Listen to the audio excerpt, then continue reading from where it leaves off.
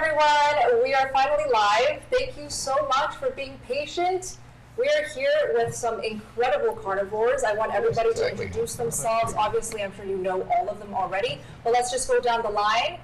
I am Steak and Butter Gal Bella. Let's start with Adam. Go ahead. Hi everyone, Adam with Carnivore Today and Healing Humanity. Hi everyone, Kerry from Homestead How and Healing Humanity. Hello everyone, Dr. Bob Kiltz. Hey, it's Dr. Shawn Baker. How are you guys? Great to be here with everyone, Dr. Philip Ovadia. Hello, Dr. Anthony Chaffee. One more time, Dr. Chaffee. Oh, all right. Dr. Anthony Chaffee, good to be here. Awesome. Alrighty, here we go. What about Todd and Lindy? Are they not? What did I say? Sorry, Oh, okay. that's screwed up again. There we go. Todd Bockness, Carnivore here. And Lindy. There we go. Thank you. Awesome. Okay. Smooth start. Yes. Let us know where you all are hopping on from. Put it in the live chat wherever you're connecting from. Fell off. That's a bad Thank sign. you. Okay, I see that the sound is not ideal, so maybe we can Alright, fix the sound. so Michael, go ahead and text me and tell me what that sounds like right now. What does it sound like out there, Michael? Yeah. Let us know whose sound you would like to be louder, because we're all mic'd up separately.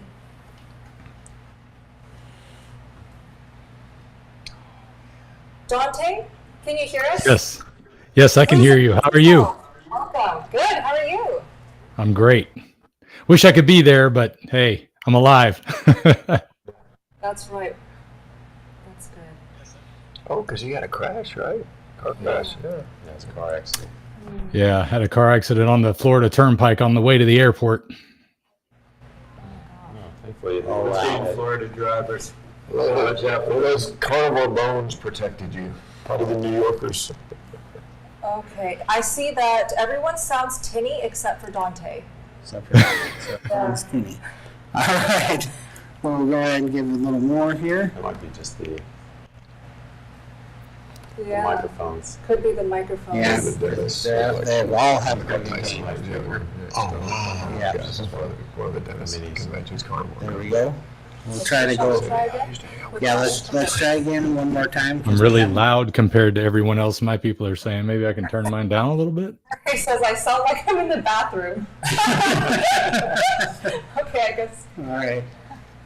How do I sound? One Yeah. testing, 1 2, testing 1 2, testing 1 2, testing 1 2. What do you think, Dante? How do I sound to you? Yeah. It sounds good to me, but I can't compare my sound to your sound. But everybody on my live stream is saying that mine sounds louder. Oh, Okay. okay. Only Dante is loud. Somebody said better now. Better now? Perfect, Todd. Dante sounds clear. Okay. Okay. Shall we okay? continue? Yeah, let's Go for see it. what it keeps happening because it should be pretty Are you, close. Okay. are you listening to live stream? Quiet. Okay. Oh, cool. Well, echo is making it hard to hear. Todd sounds good compared to Bella. Huh. Do we want to keep playing around or just continue? Sure. Try that. Testing, testing. I'm using Todd's microphone. Is that better, guys? Oh, I kind of hear an echo. You have to wait like 10 minutes to get a type response. So. We can also just take turns, Yeah. and I can turn mine off. Yeah, why don't you Yeah? set that Okay, up? let's do that. Much better. Okay, thank you, guys. We're going to turn off this one. Go ahead. There Yeah. you go. All right. All right. Maybe this one will. Okay, great feedback. Thank you. We are ready to go. So are they looking like at a split screen of all of us, or just you talking? Do you guys know? Right now, yeah, so right now it's looking at Chaffee and Bella. And Okay. then, so when you start talking, you're Smile. gonna get I guess. Yeah. Do you want to switch Too switch embarrassing. the camera? Or, No, I think everything, yeah, when, I mean, like, switch screens throughout? yeah, that's the plan. Yeah, Perfect. Yeah, when people are talking, I Perfect. just, yeah, okay, Okay.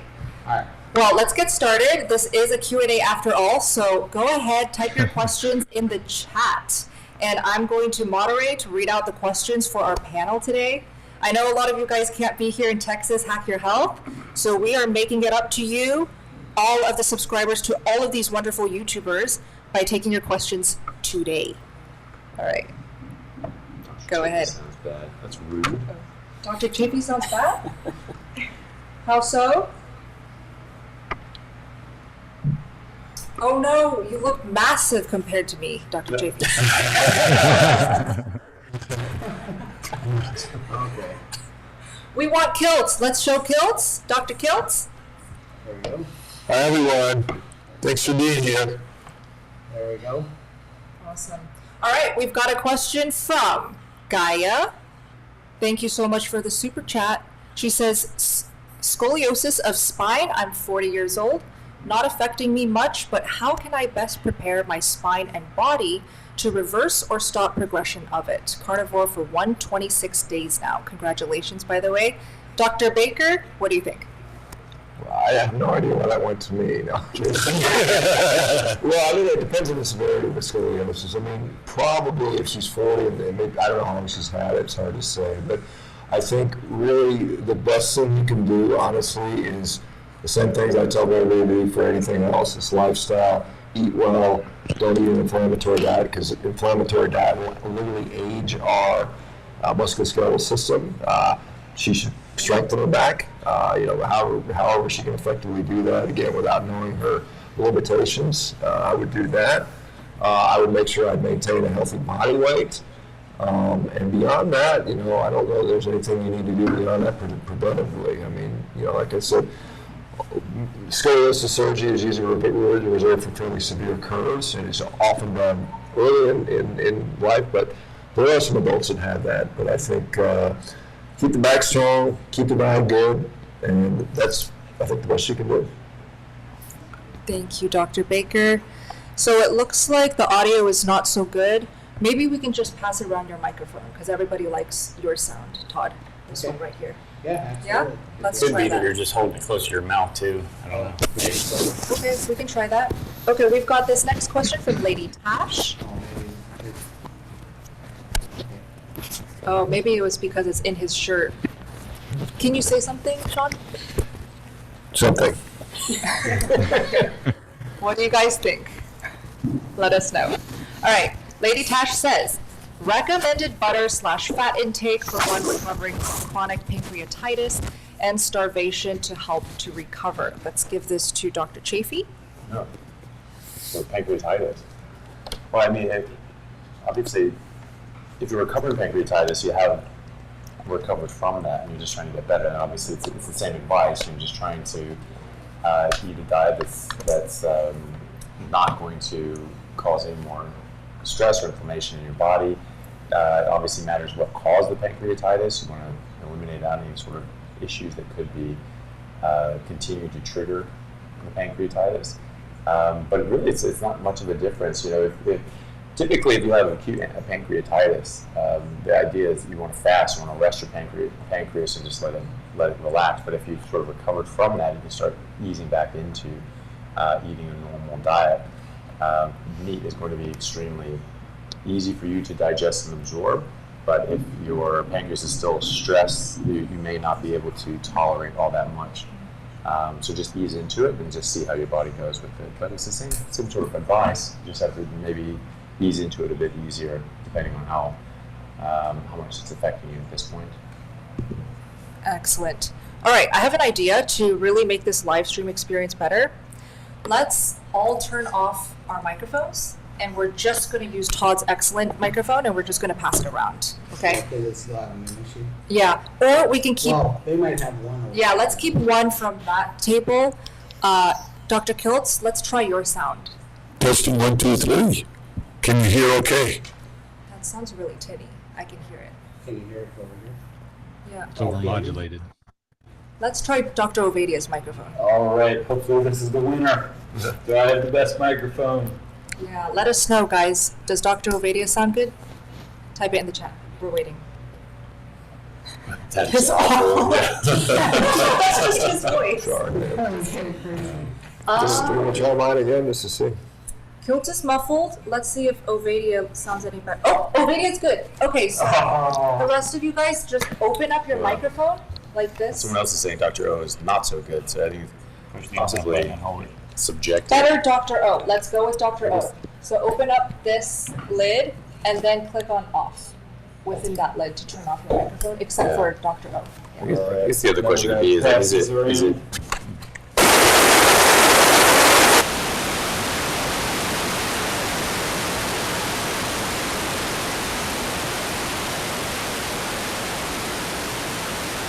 That's not right. There's no sound coming from them now.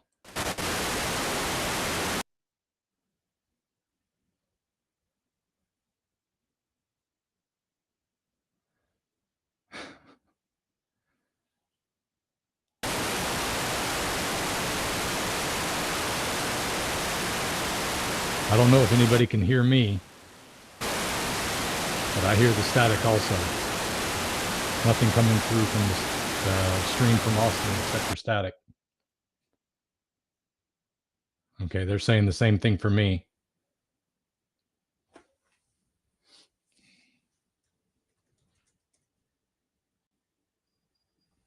Oh, they say they can hear me though on my channel, so just static on that end.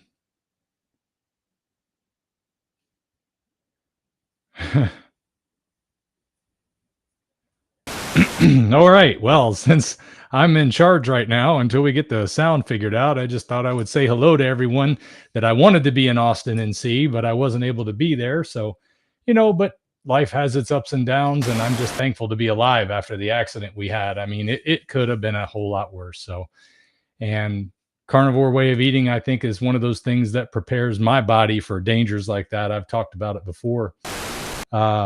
The only reason I feel like I need to see a doctor for anything anymore is acute care. And doesn't mean I want to have any, but, thankfully we didn't have to have any. I'm just thankful to be able to be here with these great folks that have been helping so many people get healthy on a carnivore way of eating.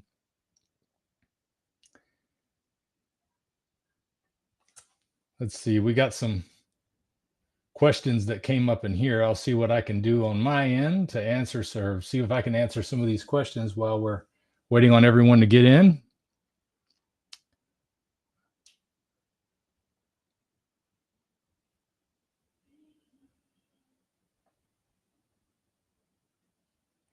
So Gypsy Moon Decals asked me, I am just looking into this. Do you cook with butter or olive oil for Lion Diet? I don't use either myself. I don't think they're the worst thing in the world, but I think that when you're starting off, you want to avoid any oils of any kind, and even butter, until you find out if it's something that your body is going to work well with. I guess they give it 6 weeks. What I use is tallow, and there's different kinds of tallow out there. You can make your own tallow. It's very simple. If you take some beef fat, specifically suet is the best. That's the kidney fat from the cow, and then you can cook that until it renders down into a liquid, and then squeeze out all the pieces and pour it into a vat, and you've got something you can scoop out and put into your whatever you're cooking anytime you want. I do a lot of cooking in the air fryer also, so it doesn't really require any type of grease or anything like that to be able to be used. You don't need to use any oil or butter when you're cooking that way. I usually just add some tallow to my steak when I'm done eating. That's how I handle that. Let's see, there's a question here for Dr. Kiltz. I don't know if they can hear me in Austin. Oh, they can. Okay. But I can't hear Dr. Kiltz to give an answer back. So let's see. My vegan son-in-law has only 2% healthy sperm. Morphology issue. Have you seen vegans improve their sperm quality on carnivore? I'll let Dr. Kiltz answer that one because I haven't seen anything like that. Let's see here. Carnivore Moxie. My mother-in-law just got diagnosed with cancer. She's now ready to jump on the carnivore way of eating. Well, that's a good idea, because one of the things that feeds cancer is sugar. And on a carnivore way of eating, you're not going to be consuming any. And that's going to really help limit the food source for the cancer, and hopefully help with what the doctors are trying to do to deal with that, whatever they're, if they're using chemotherapy or anything else. it's definitely going to help if you're not giving the cancer what it needs to eat, what it needs to thrive. Cancer cells have a tremendous amount of receptors for glucose, and they eat it like crazy. Phil Gonzalez says, I am saving this live chat. Well, you know what? Maybe that's the reason I was here. I don't know. Maybe that's the reason I had to stay behind, but I'm glad to be able to do that. I'm glad to be able to help while we're getting this straightened out. I wouldn't be surprised if they have to restart the live stream to get everything working, whatever's going on. I'm not sure. Let's see here.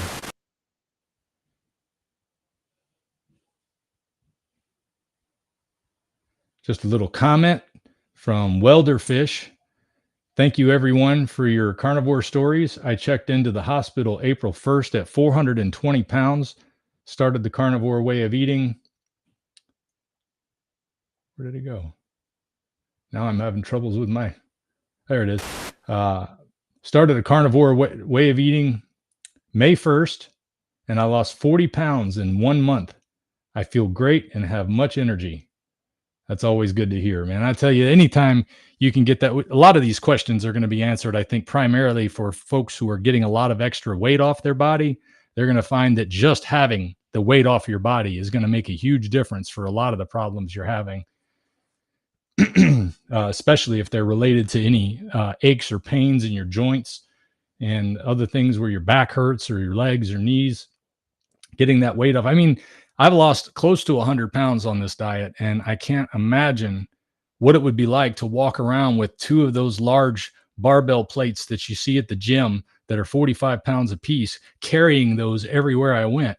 But essentially, that was what I was doing before this way of eating. It's no wonder I was too tired to get up and do any type of exercise or do anything that would be good for myself with all that extra weight going on.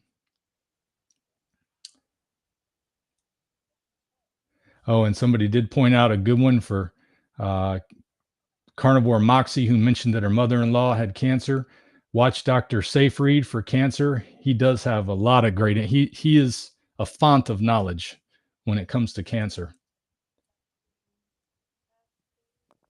Let's see, it proves, somebody mentioned it improves testosterone, especially eating eggs. I don't know specifically about the eating eggs part, but I can tell you from somebody that came from a background of having low testosterone before I started this way of eating. I was already on therapy for that. And when I got off of testosterone therapy after being on carnivore, hey, look, the sound's back. Testing.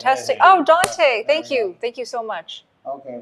Wow. I'll finish that statement real quick, if you don't mind. When I got off of testosterone, my numbers were actually about the same as they were 4 years after starting testosterone. And my doctors, all of them told me, your numbers are going to be way below what they were when you started because your body's just not used to producing its own testosterone. Well, 6 months after I quit taking testosterone, my numbers were the same. And then about 6 months after that, my numbers were 50% higher, only doing a carnivore way of eating. Now, that doesn't necessarily mean my testosterone is normal for me yet, but I will say that that is much better than what it was, and not taking any medicine to get to that point. I mean, who could ask for more? Being able to get rid of all the medicine and then feel as good as I do, fantastic. Testosterone as well. Yeah. All right. Okay, perfect. Yeah. Let's test the sound. Yeah. Is my mic working? Sounds good. Can you hear Chaffee? Why don't you hold this? All right, what about this? Oh, perfect. There we go. Just to say, I actually have a lot of patients that I treat with low testosterone, and when I put them on a carnivore diet, I invariably see their testosterone go up significantly, often doubling, sometimes even tripling their testosterone levels, and they maintain this. And sometimes, there are rumors going around that your steroid hormone binding globulin will go up along with your testosterone. So maybe your testosterone will go up, but your SHBG will go up, and your total or your free testosterone will go down. I have never seen that. I don't know if anybody else here has, but I've seen the exact opposite. So I've seen people's total testosterone go up and their free testosterone go up significantly. I've even had men in their 60s and 70s double or even triple their testosterone levels and have a free testosterone of a healthy 25-year-old. So that's something I quite commonly see when people go on a carnivore diet. And I've inherited a lot. I don't put people on TRT, but I've inherited a lot of patients on TRT, and I've gotten off, I don't know, over a dozen men from having TRT. So being able to get them off and have their body reestablish and their own testosterone production. In fact, one gentleman, when we took him off TRT because he felt so good, his total testosterone, free testosterone levels actually went up. So it seems that it was holding him back somewhat, and then obviously his body rebounded and created even more after that. So that's something I almost invariably see, really. I mean, never say never, but so far in my experience, everyone's testosterone goes up. Can you, Dr. Chaffee, also mention something about what happens or what has happened over the years with testosterone numbers, how the normal level has moved down the scale over time so that what used to be normal for a man is now considered higher? Yeah, so the testosterone levels are certainly in America and elsewhere as well, but the numbers that I'm familiar with are in America, have steadily gone down decade after decade. In fact, there was a paper that came out in the early 2000s that looked at the average testosterone levels of men in their 60s in the 1970s, comparing that to men in their 20s in the early 2000s, and they found that the men in their 60s in the 1970s were, around double what men in their 20s were in the 2000s. And so the paper came out and said that you aren't half the man that your grandfather was because of this. And since then, testosterone levels on average have gone down even further. So this is something that's decade after decade is coming down further and further. And I think that it's quite clear that this is something environmental. This is not genetic. This is not something that is just a normal phenomenon. Obviously, something is influencing us. And I think a major component of that is going to be dietary. But obviously, there are going to be other influences as well. But either way, this is compounding this effect. And what we're ending up with is a weakened society with abnormal hormonal state in both men and women, which is obviously going to affect fertility rate, among many other things. People think that high testosterone levels causes rage, and maybe it can, but low testosterone levels causes quite a lot of agitation and anger. And so we'll see men that have low testosterone levels will be very edgy and angry. And then I speak to people that do correct testosterone. They actually say that once they do, their wives come in a couple of weeks later and say, "Oh, thank you for whatever you did to my husband. He's just so much nicer now. He's so much better." So this is something that can certainly affect us negatively, both in our health, but also in our psychological health, and get us to be more happy, stable adults.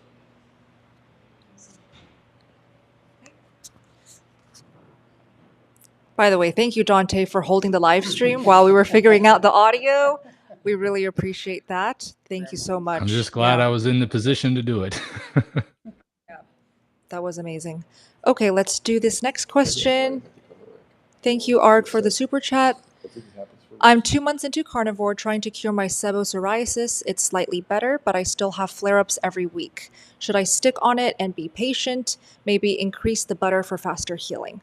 So I actually healed my psoriasis with the carnivore diet alone, and I did a very high-fat carnivore way of eating. So I personally ate a lot of butter, high-fat steaks, a lot of beef, and for me, the skin was the slowest to heal. Took about 6 months to heal for me. So I would definitely say be patient, give it more time, play around with how much fat is good for you. I would just eat as much fat as you crave. You definitely don't have to push the fat in the beginning when you're just 2 months in. And yeah, definitely be patient and give it some time. Dr. Kiltz, did you want to add? Couple of things. One is that the inflammation from the plants, like poison ivy, think about it. So when you come in contact with poison ivy, you get irritation to your skin and causes that inflammation. And so the plants are essentially poison, and plants are trying to kill you, as I think a famous doctor here might tell us every day. And ultimately, and I'm going to just add something about, because I heard a question about sperm function and sperm counts and egg and sperm quality is highly diminished also secondary to that plant exposure and poisons that we're getting. But ultimately, the carnivore and fatty meat diet is the simplest thing we can all do. But it's patience in the process, which is critical. Keep at it and you'll heal. Awesome. Okay, let's keep going. This one is from KZ. I'm trying to gain weight with carnivore, but I'm losing and people are noticing the weight loss. I've been eating more on carnivore more than ever before when eating veg and carbs. Can you help? So carnivore for weight gain. Dante, why don't you start? Well, for weight gain, well, I haven't seen a whole lot on that, but I have seen some people, like I got a couple of young guys that I work with here in Florida that are very in shape. And one of the things they wanted to do was to be able to get their abs ripped. And within a few days, one of them already told me he was able to achieve a lower weight than he had ever had, and that he had had since a very long time anyway. But the one thing I would say is that if you're eating a lot of protein, it would make sense that you got the building blocks for muscles. The key for gaining any weight is going to be making sure you use those muscles. You know, you got to lift something heavy, you get them going, of course, but you got all the building blocks there to be able to put on what weighs more than fat for size. You know, the size, a small amount of muscle is going to weigh more than a small amount of fat. So it's going to gain you some weight going that way. But it also, I guess it would depend on if you're having any, you know what? That's about all I got to say about that particular question. Thanks, Dante. I would be guessing. Can I make a comment? Please. Well, we know that polar bears and many other animals gain weight by eating strictly carnivore. So eat more and more fat, you'll gain weight. Yeah. I find that it really helps. It definitely helps to do more meals throughout the day. So you don't have to force yourself to eat OMAD or 2MAD. Sometimes doing 4MAD or 5MAD and eating what's comfortable for you will really help with that weight gain. And also eating some dairy products like cheese, yogurt, milk even, to help open up that appetite. I've seen a lot of carnivores who need to gain healthy weight do so successfully by doing those two things. How about you? Yeah, so definitely just you do need to eat more. You need to eat enough. If you wanted to put on lean muscle mass, then you're stimulating your muscles to grow, obviously doing the appropriate exercises for that. But a lot of people undereat on a carnivore diet. It's very easy to do that because you feel very satiated very early on. And so you think, well, I could stop now. And normally we eat until I can stop now, so I'm going to stop now. And that's how we've limited our caloric intake so that we didn't get overweight in the past. But that's not what you're going for now. You actually want to sort of listen to your body more. So I find that if it still tastes good and your body's still giving you that pleasure response, that positive reward back, that you probably still need to eat. And so even though you could stop, if your body's still giving you that positive go signal, then just keep going. So you eat until it stops tasting good. I typically find for myself and for my patients that there is that point where it just sort of stops tasting good. It sort of tastes like cardboard, and that's when you can stop. So if it still tastes good, then definitely keep eating. And you should be able to put on healthy weight very easily. Dr. Ovadia, any thoughts? Probably not a whole lot to add there. I guess, I would want to go back and kind of understand why you're looking to put on weight. If you were severely underweight to start with, you're probably, you may be coming from a place that you were very malnourished, very nutrient deficient, and it's going to take a while to catch up with that. So I would agree with just keep eating more fatty meat, and over time it should work itself out. If it's not, you may want to look into things like, are you malabsorbing? Are you not absorbing the food that you're eating because of gut issues, leaky gut, stuff like that? Make sure you're not dealing with a thyroid issue that's, altering your metabolism and interfering with the ability to put weight on. Perfect. And I'd love to hear your tips, Dr. Baker. I didn't really catch how long he's been dealing with this, but you have to remember when you acutely change your food intake, there's a period where your body will compensate. So, let's say you're eating more calories, but perhaps your temperature goes up, perhaps your heart rate goes up. Those things can concur concurrently, and that will negate some of the extra calories you consume. That's why we see people that say they go on carnivore, they eat more food and actually lose weight. Over time, you can eventually lose that adaptation. And again, the weight you want to gain, I assume, is muscle. So absolutely most important thing is adequate stimulation of the muscles. That's training to or close to failure, the appropriate volume per week. Some studies would suggest 10 to 12 sets per week per body part. That seems for hypertrophy, that seems to be where the literature seems to suggest that's the best sort of volume that you need to do. So it's higher volume than you might be used to. And again, you just got to sometimes you got to push it past the point of comfort, depending how rapidly you want to gain. But honestly, most of the data out shows a slight increase in food over the long term is going to give you the best bang for your buck. Otherwise, you're going to gain probably excess body fat eventually. And you can gain body fat even on meat and fat if you eat it, past what you really need to eat it. So that's just a lot of the basics. It's a lot of time. It takes a long time. It took me in the last 8 years on carnivore, I put on 10 pounds of muscle. That's slightly more than a pound a year. That's a lot of work that went into that. So it doesn't come quick. I will say that my fiance Max, also known as Steak and Butter Guy, he works out with Shawn a lot, but he also listens to all of Shawn's tips on how to gain muscle mass, how to eat, how often to eat. He has gained so much muscle mass.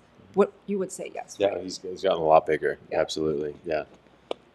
Definitely work. So work out, eat a lot of meat, and eat throughout the day. Okay, let's quickly do this one from Christine J. Do you only eat organic meats? And we can each answer this real quick. No. So I think you eat just the meat that tastes good to you, that you have available to you, that you can afford, and makes you feel the best. So for me, that's beef. I do prefer grass-fed and finished beef, but I don't always have access to that. And I don't think that you have to break the bank. I think that this is going to be something that is going to be very healthy for you, even if it's not the best quality meat ever. It's still going to be a lot better than the alternatives. So if whatever you have access to, go with that. Go ahead, Dante.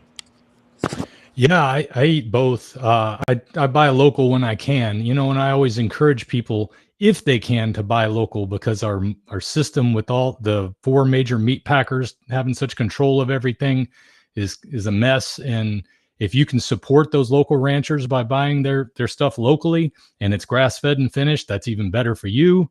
And of course, it's good for them, and it's going to alter this meat market.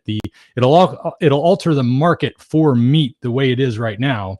Adding more people eating meat kind of drives the prices up, but at the same time, if we can get more people buying local, then these larger companies are going to have to adjust to what's going on. Now, when it comes to eating store-bought meat, most of my gains, in the sense of what I lost extra weight, was on store-bought meat. So I am not against getting store-bought meat. I do notice different qualities. Sometimes there's meat out there that's not USDA inspected here in the United States. And most of the time when I see that meat, it's very tough and leathery. So I avoid that. So I get the best store-bought meat that I can afford.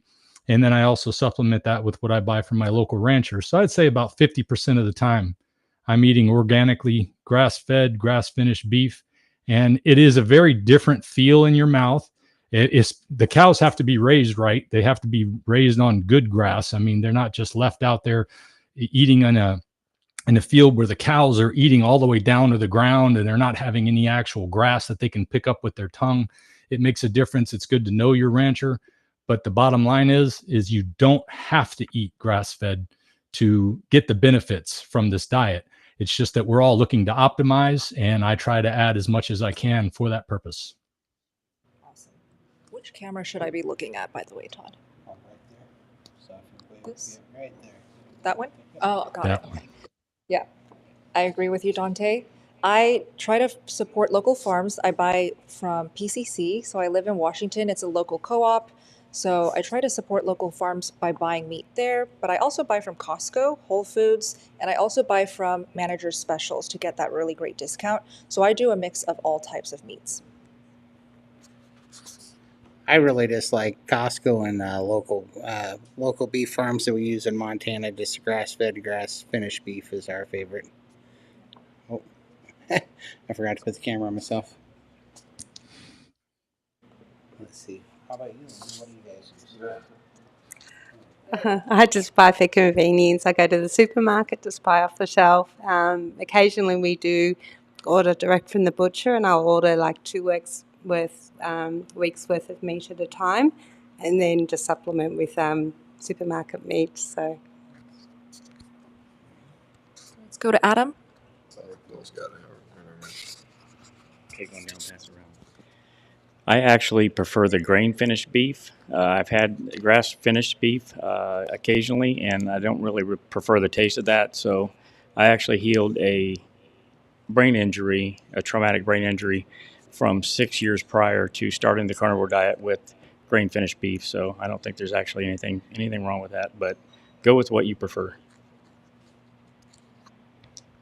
I'm very fortunate. My neighbor is a 6th-generation farmer, so I try to get most of my beef from him, and it's pretty nice because I can drive by and I can see the cows, and it's one of the most natural things you can see. But I also buy from Costco sometimes, and I think any kind of meat you can get is probably 100 times better than the alternative. I'm not sure what inorganic meat is because I think it's all organic. It's from a cow. You eat grass. I prefer grain-fed and eat meat, and that's all you need to do. You don't need to, it's not going to change your health by eating organic or grass-fed grain versus grass, in my opinion. Go get what you can afford, and you'll be healthy and well. Yes, a question I get quite frequently, and the bottom line is it probably doesn't make much difference when it comes to human health. The only scientific data, there's been very few studies actually looked at that. Texas A&M did a study around 2014 where they looked at grass-finished versus grain-finished hamburger, and the outcomes were literally the grain-finished did slightly better. They looked at blood pressure and some of the lipid biomarkers. There's another study in Australia where they compared grain-finished beef to kangaroo meat for some odd reason, and they saw that the grain-finished meat showed higher postprandial inflammation, which is unclear what that even means, if it's significant or not. Harvard University, when they did their carnivore study, I asked the researchers to ask this question, and it turned out that there was no difference in outcome between those people ate grass-fed, grass-finished versus supermarket grain-finished beef. That's been my observation. Like we see, there's plenty of people that get healthy on grain-finished beef. It is more consistently finished. We have it down pretty well where we can get a consistent product here in the U.S. There are some really good grass-finished beef out there, but there's also some pretty badly, poorly tasting. So it's more variable. You can get some awful grass-finished beef, but you can get some great grass-finished beef if that's your preference. Now, if it comes to the environment, grass finishing doesn't necessarily mean better for the environment. You want to look for something that's truly regenerative, and that doesn't necessarily mean grass-finished. The label grass-finished in a supermarket is also very misleading. That just means the cows have access to grass. They don't even have to eat it as long as they have access to it. And if it's in Montana in January, they're probably finishing out on hay or something like that. So bottom line is, like everybody else says, eat what you enjoy. I think fat obviously is an issue, and you got to get enough fat. Grain finished tends to have more fat in there relative to grass finished, particularly if it's been finished perhaps too early, which is often the case. So I think, like most people say, it doesn't seem to matter that much. And the only point I guess I'll add to it is I wouldn't put a whole lot of energy into stressing about your ruminant animal meat. If you're going to worry about this, probably pay more attention to the non-ruminant animals. If you're eating chicken and pork, that's probably more of a difference there. But even in that scenario, I say, the lowest quality meat is going to be an improvement over the junk processed food and the carbohydrates. So don't stress about it too much. Perfect. All right, let's do this next question from Melina. My mom has been carnivore since January 1st. She hates the taste of meat and she cannot eat without sweet and sour sauce. What can she do? Well, I think you can definitely use sauces. Just try to make it sugar-free. There are still sour sauces like vinegar-based sauces that you can use that can go with your meat, your eggs, that bring a lot of flavor. You can use hot sauce. I really like this fish sauce from Red Boat. The brand is Red Boat. There's no sugar. It's just fish sauce. Very clean ingredients, so that's what I recommend. What about you? Yeah, I think if she needs to use some sauces or seasonings to try to get get the goal of eating more meat accomplished, then that's fine. It's you don't throw out the good for the perfect. It's obviously going to be a lot better to have a bit of seasonings or spices. You just try not to make them as sugary and sweet, and try to use less of them if you can. But obviously, it's better to use a bit of seasoning on your meat than to just eat all the other garbage that you've been eating before. So it's a big step in the right direction. And then hopefully you can start using a bit less of that and less of that. Really try to avoid things with a lot of sugar in it, though. That would be my only caution when using sauces and things like that. This is actually a great time to mention our sponsor for tonight, Carnivore Crisps. So maybe we can all hold up. Oh, Dante, you don't have it. Sorry, we didn't ship it to you. But we've got our Carnivore Crisps. Let's pan out to some other angles here. Thank you to Carnivore Crisp team. This is actually a great snack, especially if you like your crunchy textures. Yes, love it.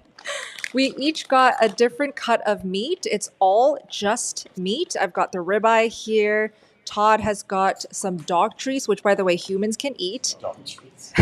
No, it's actually really good. Todd, yeah, sorry. And then Lindy has some grass-fed beef flour, great for baking. And Dr. Chaffee, let's see what you have here. Beef liver. Beef liver, so it's a great way to get in your organs. And then we've got some fatty ones. Dr. Shawn Baker is holding up Brisket. beef brisket. That's my favorite. Oh my gosh, it's so good. That's my favorite too. Super fatty. So you can get your discount by using the code EATMEAT, all one word, and you can check out our description boxes for the link to shop. Awesome. Let's keep going. This is from 7 for you, Dr. Kiltz. 5 months carnivore, CGM usually is 90 to 100, random spikes to 130 to 140, but I don't eat carbs or sugar. Gluconeogenesis, is this possible? Any science on this? Well, you eat meat, which has proteins which break down to amino acids, which require that they go to the liver and will convert to sugar. So you are going to get some sugar spikes from eating proteins. And you're going to get insulin spikes, which are important to convert them to fat. So, and I think that glucose is used for other things in the body. Besides gluconeogenesis, you're getting from the amino acids, other things. You're going to also get glycosylation, which are the sugars that are critical for post-translational modification of proteins, which is critical to our function of our body. So I think it's always hard to know with all this monitoring. How do you feel is what I think. Are you getting the changes on carnivore, feeling better? That's the most important part. All right, let's do this one on Dr. Chaffee's channel. This is from Andrew. Let's show this up. Okay, he says, can there ever be a scenario where a statin should be used, such as heart attack, heart damage, atherosclerosis, CABG surgery, assuming person is on carnivore afterwards to heal? I think this would be a great one to hear from Dr. Ovadia. This is his forte. So, yeah, there might be situations, statins, like any other medication, ultimately we got to look at risk benefit. And there are scenarios where there is more benefit to taking statins, especially in what we call secondary prevention. So you've already had a heart attack, you've already had a stent, you've had bypass surgery. Ultimately, for me, the question comes down to looking at your cholesterol quality as opposed to your cholesterol quantity. And if you continue to have poor quality cholesterol, which sometimes, which is going to mean a lot of small dense particles, a lot of VLDL. And I do see some people, doing carnivore that persists for a while. And maybe there's going to be a benefit to cholesterol lowering in that situation. I think those are fairly rare situations, but there are some scenarios where the benefit of a statin might outweigh the risk. All right, we have another super chat. We will prioritize the super chats just because we've got about 4,000 people watching right now. And any super chats, it's going to go to the top of my list and I'll show it on screen first. This is for Dr. Chaffee and Dr. Baker. Let's show this up on the screen. Dr. Chaffee and Dr. Baker are my inspirations for being carnivore. Oh. Any words, Dr. Baker? Oh, there's no question.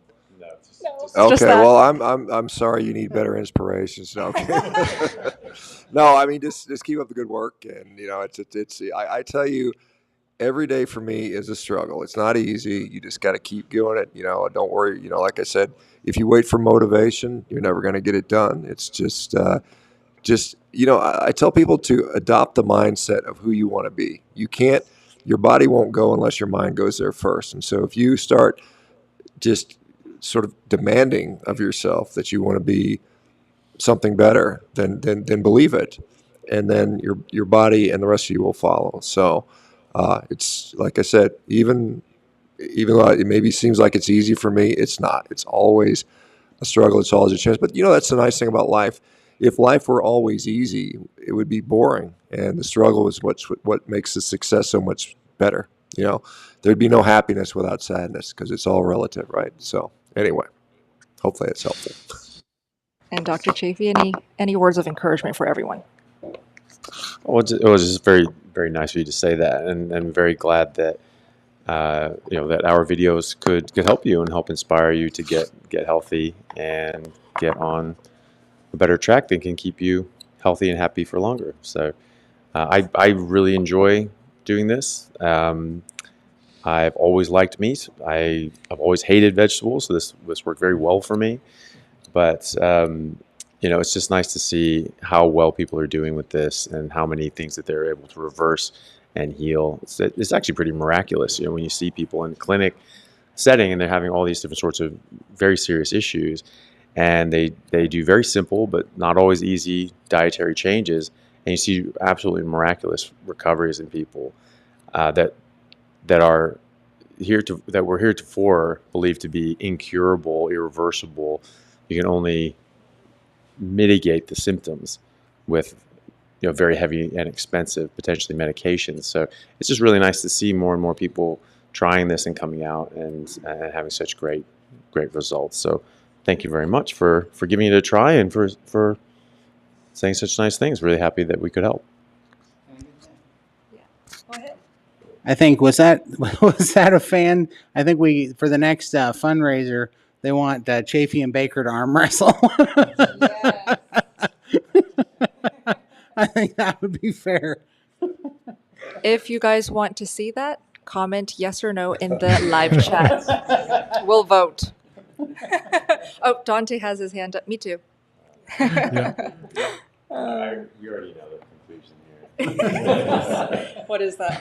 He's going to kick my ass.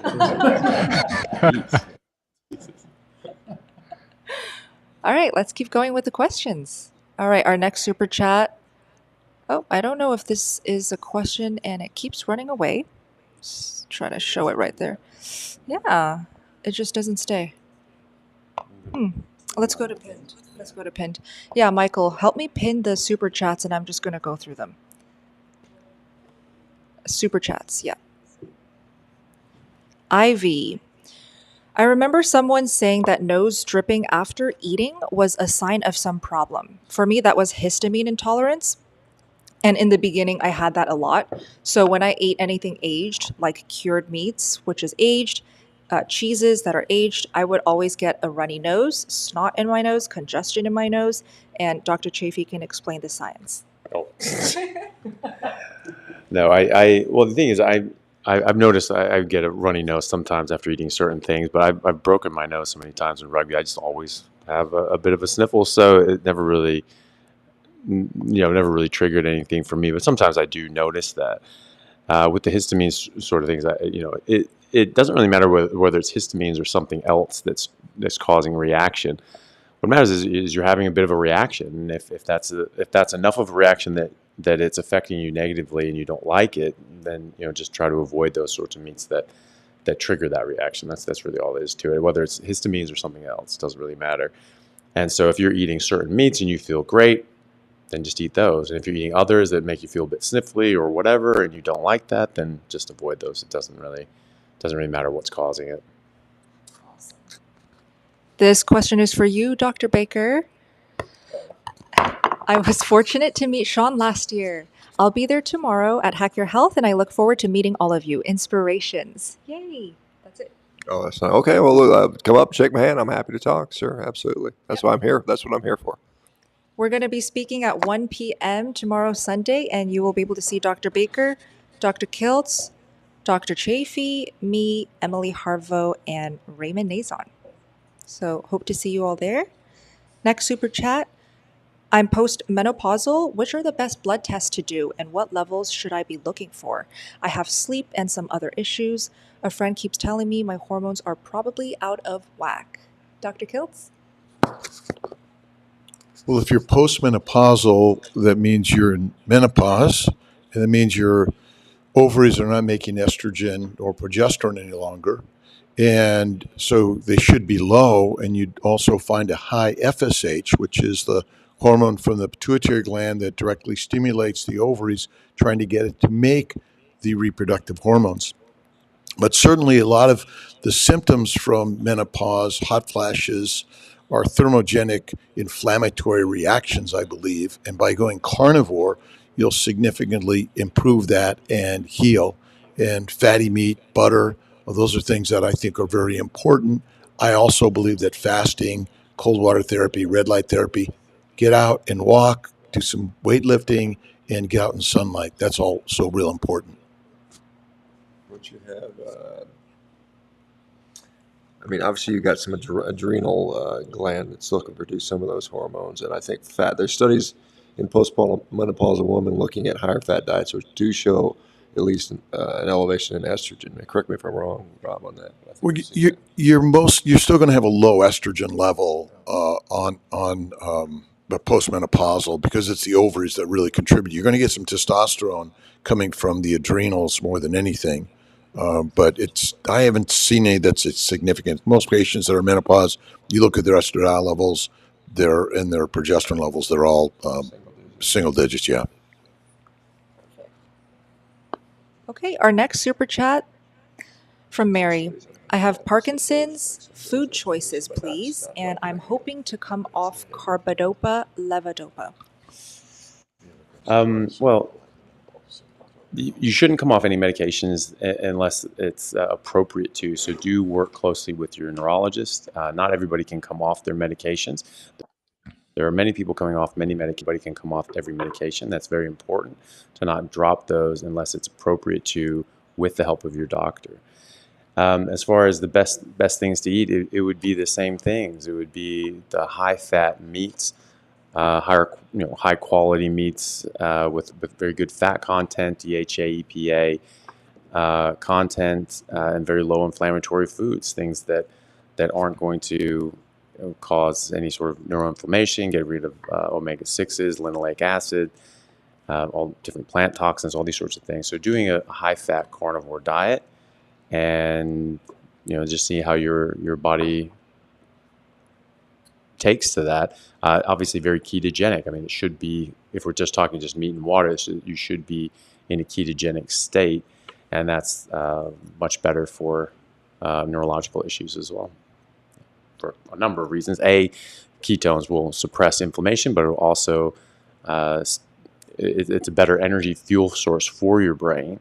2/3 of your brain, such as the cortex, primarily runs on ketones, and so now you're providing adequate energy source for your brain, and they can reconstitute into fatty acids in the blood, in the brain, and be used to heal the physical structures of the brain as well. So there are studies looking at ketogenic diets helping with Parkinson's disease. How much this can help will be very much individual, and so don't come off your levodopa unless it's appropriate to.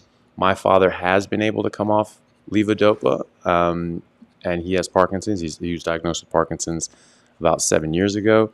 He was on levodopa for a few years, and he has subsequently come off of that. Not everybody can do that, and he was on it for years before he was able to come off of it as well, and he was doing carnivore for several years. So just be very mindful of that. It's I do get worried when people talk about coming off medications, just because some people do jump the gun and they say, oh, I've been carnivore for 2 weeks and I came off all my diabetes medication, but my blood sugar is 180. It's like, well, then you probably shouldn't have come off your diabetes medication. So only do this when it's appropriate, and do it with the help of your doctor. Thank you, Dr. Chaffee. Kerry, go ahead. If you want to get inspired regarding Parkinson's, we interviewed a woman for our documentary. She had Parkinson's, and she overcame it with carnivore. And she did carnivore, and then she got stricter and did the lion diet. And one of the things we learned from her was she has all sorts of interesting cuts of meat, like beef shank and things we've never tried before. But she has an incredible story, and she was able to get off her medication with the help of her doctor eventually. Her name is Mimi Morgan. Awesome. Thank you, Kerry. Let's keep going. This is our next super chat from Saltsy Sarah. What advice do you have for someone new to carnivore that has meat aversion? Meat never sounds and never tastes good. Let's just all give our best quick tip for meat aversion. Sometimes if you're, what I always feel is that if your body's telling you not to eat meat, it's probably telling you just not to eat in general. You don't have to eat garbage just because you don't want to eat meat. I've experienced meat aversion where my body, even though I've been working out and lifting weights and playing rugby, everything in me was telling me, don't eat a steak. That sounds awful. I was like, well, that doesn't make any sense. I love steak. It's my favorite thing. And it just said, no, don't do it. And I cooked it anyway, and I tried to eat it, and it just really didn't taste good. And so I just stopped. I just listened to my body, and I didn't think like, well, I need to go eat something, so I'll go eat a bag of potato chips. I just didn't eat anything, and I was very nervous about that at first. And the next day, I felt great, and the aversion was gone, and steak tasted great again. So I think that given a reasonable amount of time, if your body's telling you to do that, maybe it's telling you to fast. And just like we have like a flu or something like that, and you just sort of lose your appetite. It could be something that your body's telling you to just avoid eating. But I wouldn't think that you'd still want to eat garbage just because you're not eating meat. Go ahead, Dante. It may also depend on how you're cooking it. I know a lot of people go to YouTube to look for ideas on how to cook their steak, and many of the channels that I see talking about cooking steak talk about marinades, and they talk about putting a whole bunch of things in there that are not the meat. Before I started a carnivore way of eating, every time I would eat a steak, if it was done with a marinade or it had a whole bunch of other vegetable stuff in it, I always thought, this tastes awful. I like eating meat, but this doesn't taste good. And the people who were giving it to me were trying to tell me how everybody loves their marinade and how great it was. When I went to only cooking with salt, that was the first time where I was like, man, this tastes fantastic. So it could be a big part of how you're cooking it. Makes a big difference. Oh, go ahead. Yeah, you could just be a bad cook. That's something to consider. Or you could just not cook at all and eat it raw. Yes. Yeah. I actually eat a lot of raw sashimi. That gave me a lot of good variety, especially when I was a little tired of just cooked meat. So sashimi, the cold, refreshing taste, the texture is so good. I recommend going to your local Korean market, Japanese market. They have the sashimi sliced for you in the refrigerated section. It's delicious. Let's go to Ovadia.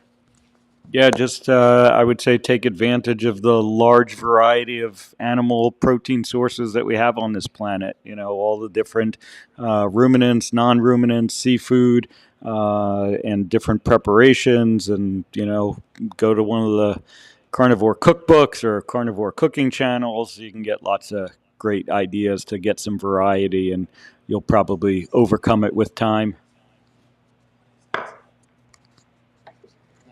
Dr. Baker? I don't believe in meat aversion. No, I'm kidding. Yeah, I mean, I think, yeah, obviously, if you're not familiar with it and you're used to eating overcooked, poor quality meat, then that's going to obviously get into that. I mean, it takes a period of time to figure out what you like. And, like I said, it doesn't mean you have to go from 0 to 60 overnight. It might be that you have to slowly transition into carnivore and you just gradually increase the amount of meat you eat along with other foods for a while until you are able to start to find something you like. And it may take quite a bit of experimentation. Some people, it's hard to believe, but not everybody wants a ribeye steak. And so some people will find success with the literally thousands of options that are out there. Repeat after me. I love meat. I love meat. And lions that don't eat meat become meat. But it takes time to figure out where you want to go in the meat world. But as Dr. Ovadia said, there are many, many choices out there. I love tartare. Raw is best. Put an egg on it. Amazing. Just the yolk and a little bit of salt. Perfect. But I love meat. I love meat. I love meat. My wife had a meat aversion. She just hit 70 days on carnivore after falling off the first time because of a meat aversion. And what worked for her is Dr. Ovadia's advice. She tried different cuts of meat. She seems to do just fine with ground beef or burger patties or slow-cooked meat, but she's not quite ready for steaks yet. My sister did the same thing. She just hit 1 year on carnivore. It took her a couple months, and then one day she called me, and she's like, all of a sudden, I just have this craving for fatty ribeye. So eventually it does come around.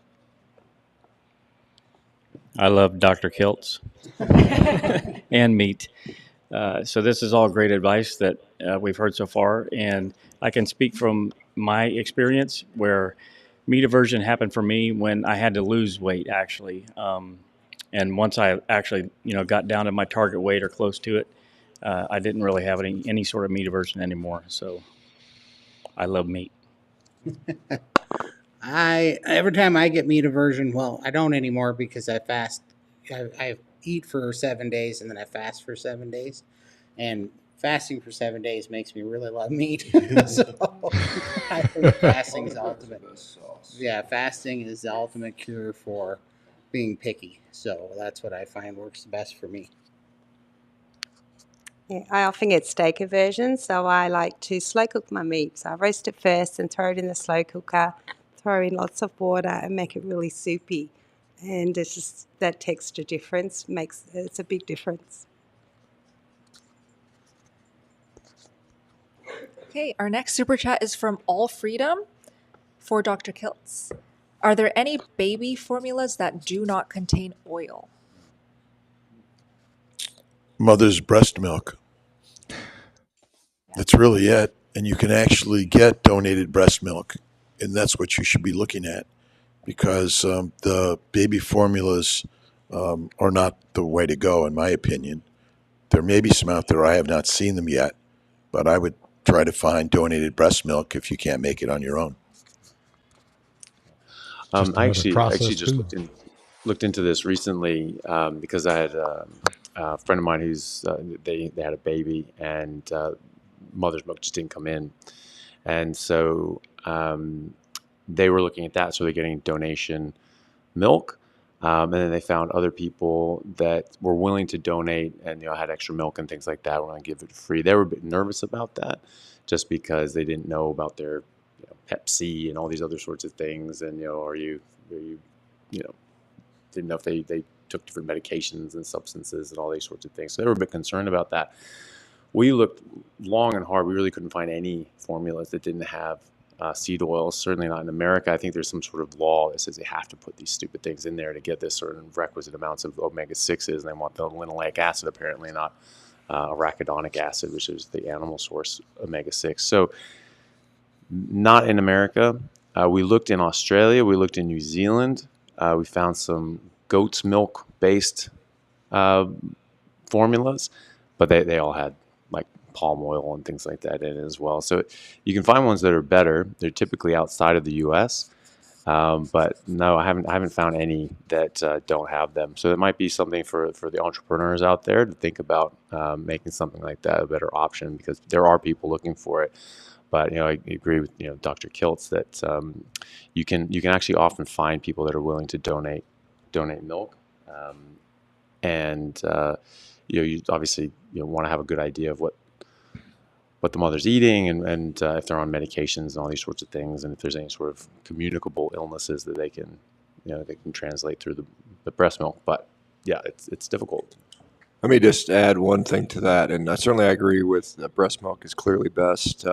Interestingly, this is an aside, but it's an interesting study. There was a study out there looking at babies fed breast milk versus formula, and they found that the babies that had breast milk actually saw their total cholesterol go up significantly more than the baby formula by 13 weeks, which is kind of interesting that breast milk causes cholesterol to go up, which kind of makes you wonder, is breast milk bad for us, which clearly it's not.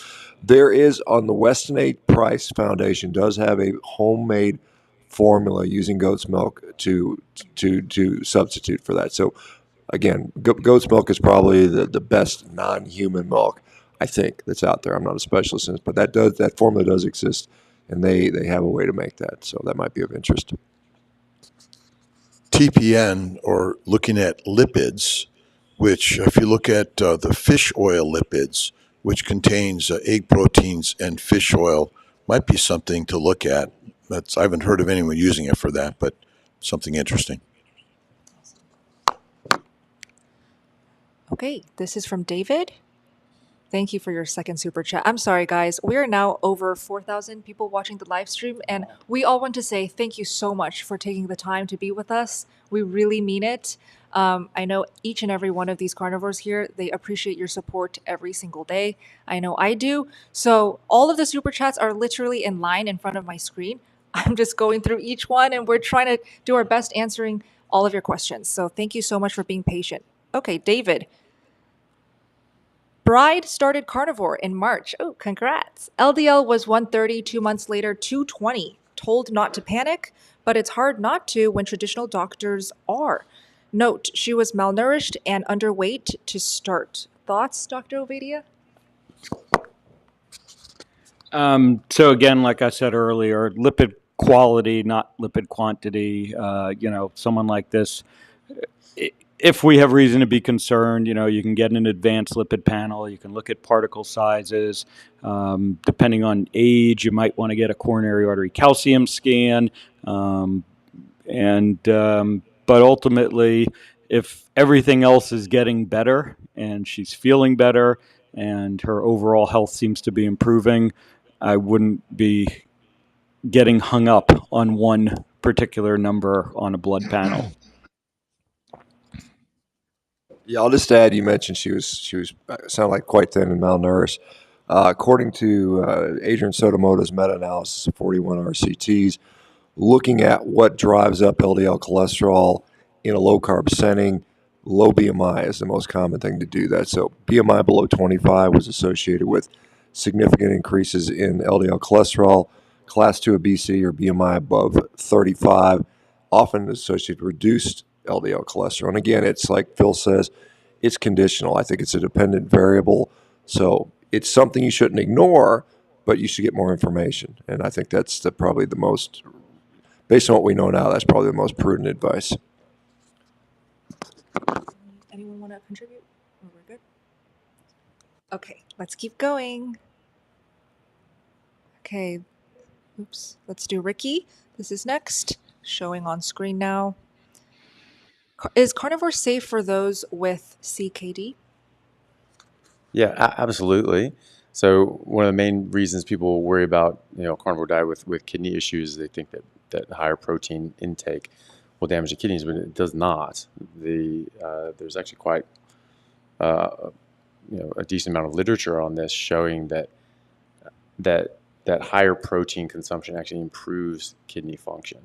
I've certainly seen that in my clinical practice. I've seen people with CKD4, CKD5 actually reverse that, come out of that, and get to a normal or near normal kidney function on a fatty meat and water diet. So No, there are a lot of things that, since I've started pulling at these strings and these threads, going down the rabbit hole that we all have, I've come to realize that a lot of things in medicine were based on a best guess at the time, and wasn't necessarily substantiated with experimental data or even observational data, long-term observational data, and so just that best guess at the time, when people were doing the best that they could at the time with the information they had available, that stuck around.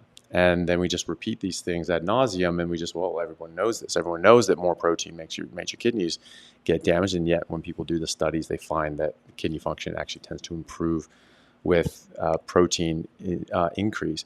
And also, you're removing all these nephrotoxic poisons that come with a lot of these plants, like oxalates and other sorts of things. So you're getting rid of things that damage your kidney, and you're giving your body better nutrition that improves your kidney function and multi-organ function. So no, you can definitely do carnivore with CKD. Yeah, let me just add to this. So some of the original thoughts around kidney disease and protein came from something called the Brenner hypothesis. Dr. Brenner in the 80s did a lot of studies on rats, and found that they indeed, on a high protein diet, saw a lot of issues with their kidney, with their glomerulus. That subsequently is never really proven in humans. Stuart Phillips' paper in 2018, which was a large systematic review, basically concluded that higher protein diets do not affect normal kidneys. Now, Dr. David Unwin has published a study 2020-2021 looking at diabetics with kidney disease. Higher protein diets actually showed reversal of that. A recent large meta-analysis just was published like 2 weeks ago that showed that mortality in patients with chronic kidney disease was increased on a low-protein diet. So low-protein diets actually increase mortality in people with chronic kidney disease. This was just published like 2 weeks ago. So short answer is eat meat, stop eating garbage. It'll fix your kidneys. Yeah, and the only other thing to add is pay attention to how you're measuring kidney function. You may want to look at a cystatin C level as opposed to a creatinine level, which can be affected by dietary protein amounts. Cystatin C won't be affected by dietary protein. Thank you. Let's keep going. Dante, you answer this first. It's on the screen. Does eating some cheese every day affect anything too drastically? And will it stop the weight loss? There are so many different opinions on cheese. Well, it seems to be different for each person and their ability to process dairy in general, even cheese once it's been fermented. I've tried hard cheeses in my way of eating, and it does tend to stop my weight loss. And it also can cause problems going to the bathroom for me. Now, I know a lot of carnivores who do fantastic eating cheese. So it really it depends on the person, is my experience on that. I'd love to add that raw cheese versus pasteurized cheese really makes a difference. I've experimented with unpasteurized, which is raw, and then eating pasteurized. So raw, unpasteurized is just easier to digest. And you all can go to realmilk.com to find raw cheese and raw dairy near you. Go ahead, Dr. Kiltz. If you look at Pottinger's cat study, where they showed that raw, unpasteurized milk and raw meat was healthier for cats than pasteurized and cooked meat. And so ultimately, I think what Bella talks about is really important. But remember, milk is for babies and cheese is a milk product. And so meat, fatty meat, salt and water is really the healthiest thing we can eat. But there are some people that don't tolerate cheeses as well, like eggs. So I find that I do well with it and others don't. The question was about weight loss and cheese? Yes. Yeah. So I found that when I was attempting to lose weight, first of all, I never even started to lose weight. Started the carnivore diet to lose weight. I started for an autoimmune condition. And then I started to lose weight and got excited about that part. And I did find that when I ate cheese, it totally stalled my weight loss. So I quickly cut out the cheese, no pun intended, and the weight started to drop off. That was great. Thank you, Adam. Thank you, everyone. This is about electrolytes and energy. Dr. Chaffee, you can take this. I'm on day 50, still struggling with energy levels. I started taking iodine and element raw unflavored. Do you have any suggestions? Thank you all. Okay, well, I mean, okay, so I mean, the question is really about energy levels. I mean, I don't think you necessarily need to take iodine or electrolytes unless you're actually low on them. I don't typically see too many people dropping their electrolytes. Some people can. Iodine, if you're low on iodine, certainly take that, but not everybody is going to be. So it depends on where your meat's coming from. I check people's iodine pretty typically, and most people on a carnivore diet that I test don't have low iodine. Some do. It's going to depend on where you're getting your meat from and how your body metabolizes it. I would caution people about iodine. Typically, it's very safe for most people, but it does show up in the literature that if you have Hashimoto's thyroiditis, which is an autoimmune condition that is way more common than people realize, that it can actually exacerbate the Hashimoto. So be careful with that. If you're low, then you still need some, but you just don't want to have an abundant amount. So just be careful of that. So for day 50 and struggling with energy levels, there can be a lot of reasons for this. Are you not eating enough? Are you not eating enough fat? Are you eating at different times of the day that may impede your energy levels? Most people, when they're eating a very large fatty meal of meat, they can be quite lethargic after this. And so if you find that that's the case, then maybe try to get your busy schedule out of the way first before you eat a big fatty meal, or try to have smaller meals that aren't going to trigger that same amount of lethargy. Make sure you're getting up water, making sure you're sleeping correctly, making sure you're doing all the other peripheral things around your diet that are certainly going to affect your energy levels and your health. And then day 50, a lot of people are going to be fat adapted at this point, but not everybody is. And so if you've corrected all these things and you've eliminated out everything except meat and water, because that's another thing that I see a lot of people, they say, I'm doing a carnivore diet for 50 days, but then they're actually eating a whole bunch of other things that could be complicating things. So assuming that you are only eating fatty meat and water, then just keep going with that. And some people do take a couple months. I saw one guy that took around 6 months before his energy levels really came back. That was an outlier. That was only one sort of case, but I've seen a few others that take about 3 months. LMNT, are you taking the LMNT that has the artificial sweeteners and a stevia in it? That could potentially, some people could, I've seen this in the literature both ways, and I've seen this in patients both ways with CGMs, that sometimes it affects their blood sugar, sometimes it doesn't. But some people can stimulate insulin just from the sweetness of stevia, and that could potentially give you reactive hypoglycemia. And so that could certainly negatively affect your energy level. So there's some One of the things is getting rid of stimulants, caffeine. That can affect you significantly. And lions, when we don't sleep as much as we should take more naps, and a power nap is really great.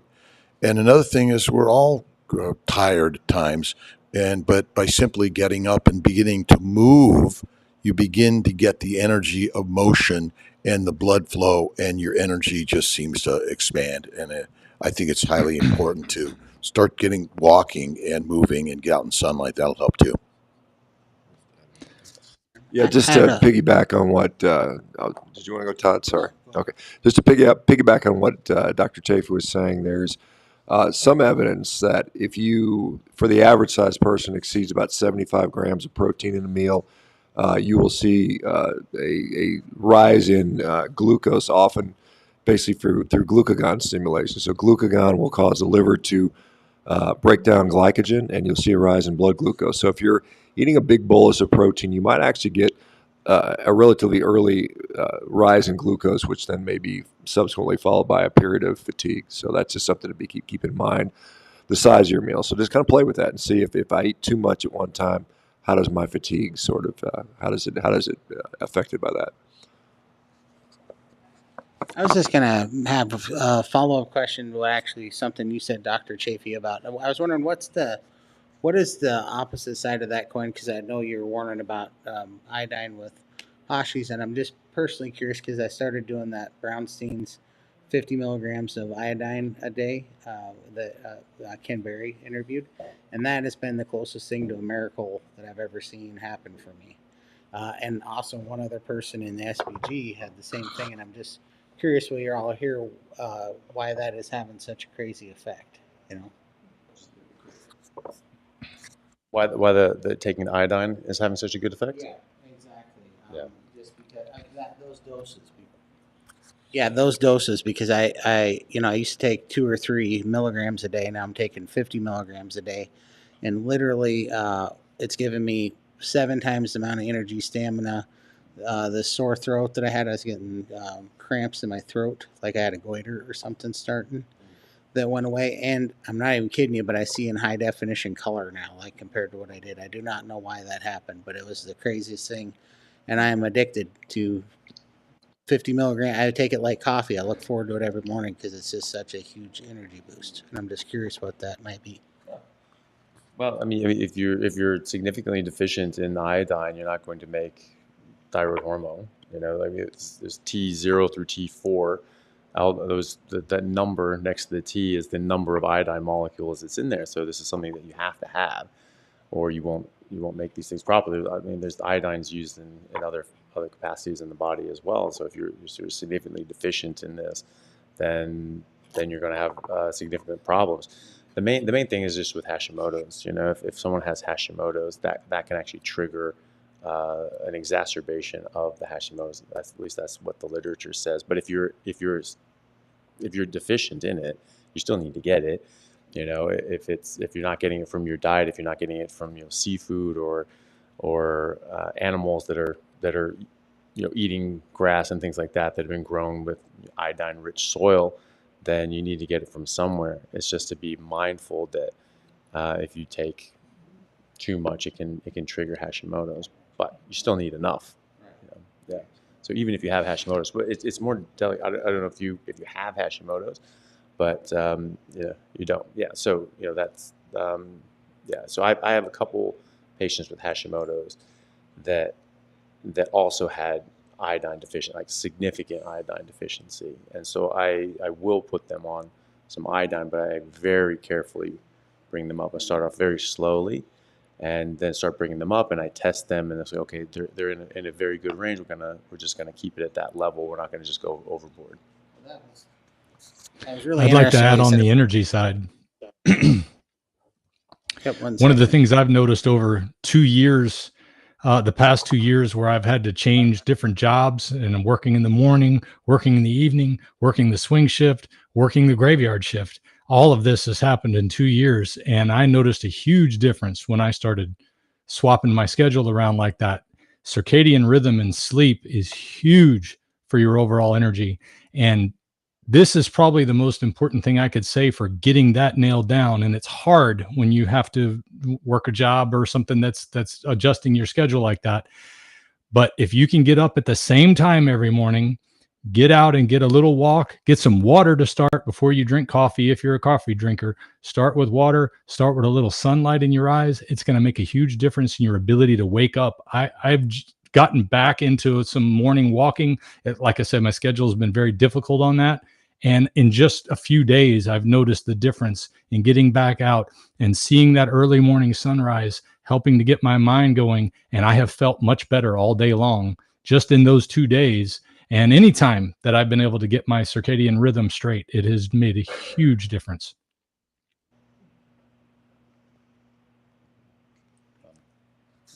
Keep going. Okay. Yeah. This is for Kerry Homestead Howe from Phil G. What is the best weapon to use in fighting off a chicken who wants to steal your steak? Your foot. Hey, great. All right. This is from Melanie. This is for Dr. O. My 67-year-old father just had heart surgery. Is there any risk for him to start a carnivore diet while he is healing? No, there isn't any risk, and my experience has been that it can help with the healing process.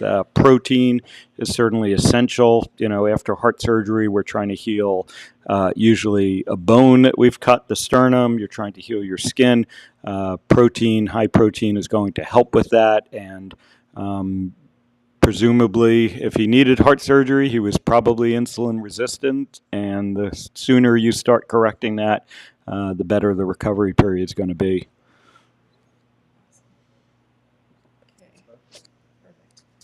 This is from Matt. Also for you, Dr. O. Carnivore since December 2023. I'm type 2 diabetic. I'm 6'4", 275 pounds, 48 years old. I am now down 25 pounds. Labs are now 7.7 for A1C, 3.6 for CPEP, 230 LDL, 153 TG, and 43 HDL. May 24th labs are now 6.91 A1C, 3.4 CPEP, 203 LDL, 82 TG, 49 HDL, fasting insulin 21.8, no meds since January 2024. Any thoughts on the progress? Yeah, great progress, but still a ways to go. You still have insulin resistance based on those numbers. Interestingly, like Shawn alluded to earlier, your LDL went down. It sounds like, right? Did I hear that right? But that would not be unexpected with a high BMI to start with.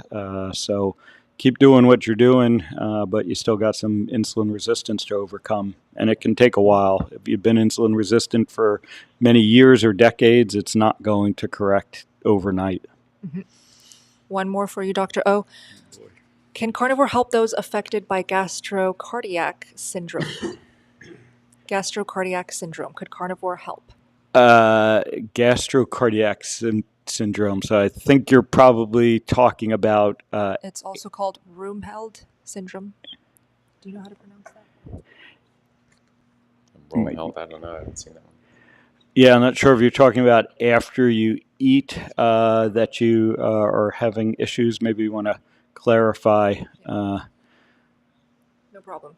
We can come back to that. Yeah. Yeah. All right.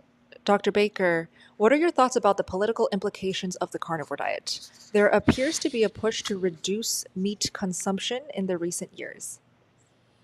Well, I mean, it's unfortunate that this has become politicized, and but the reality is, there are people that have influence over policy that can affect agriculture, which can in turn affect what we have access to eat, and certainly, you'd have to be living under a rock to not realize that they have been pushing for reduction in meat. That has been, talked about for many, many years. They're asking nicely right now, which, we all have the right to say, we'll do what we want to do. The concern is if they decide not to ask nicely anymore.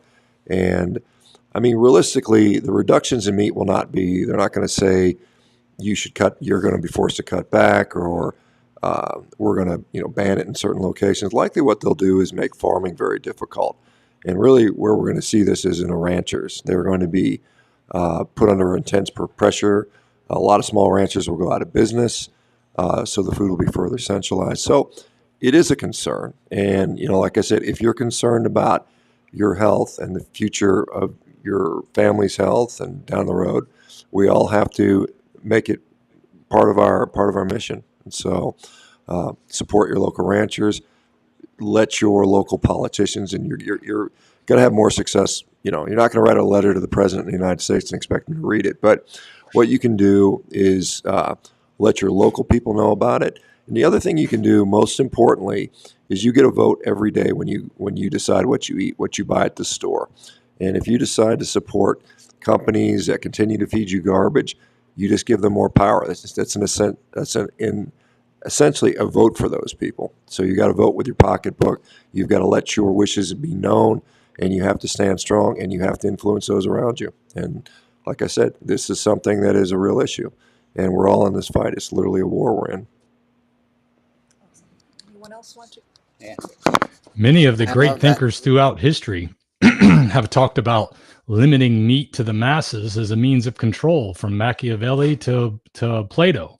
So, it doesn't surprise me at all when you hear people in the World Economic Forum talking about wanting you to eat crickets and bugs and all these other things, wanting you to, Bill Gates wanting you to eat digitally printed vegetable food or something. Well, I don't know what they're doing, but whatever they're doing, it has very little to do with your health and a lot more to do with having control over people.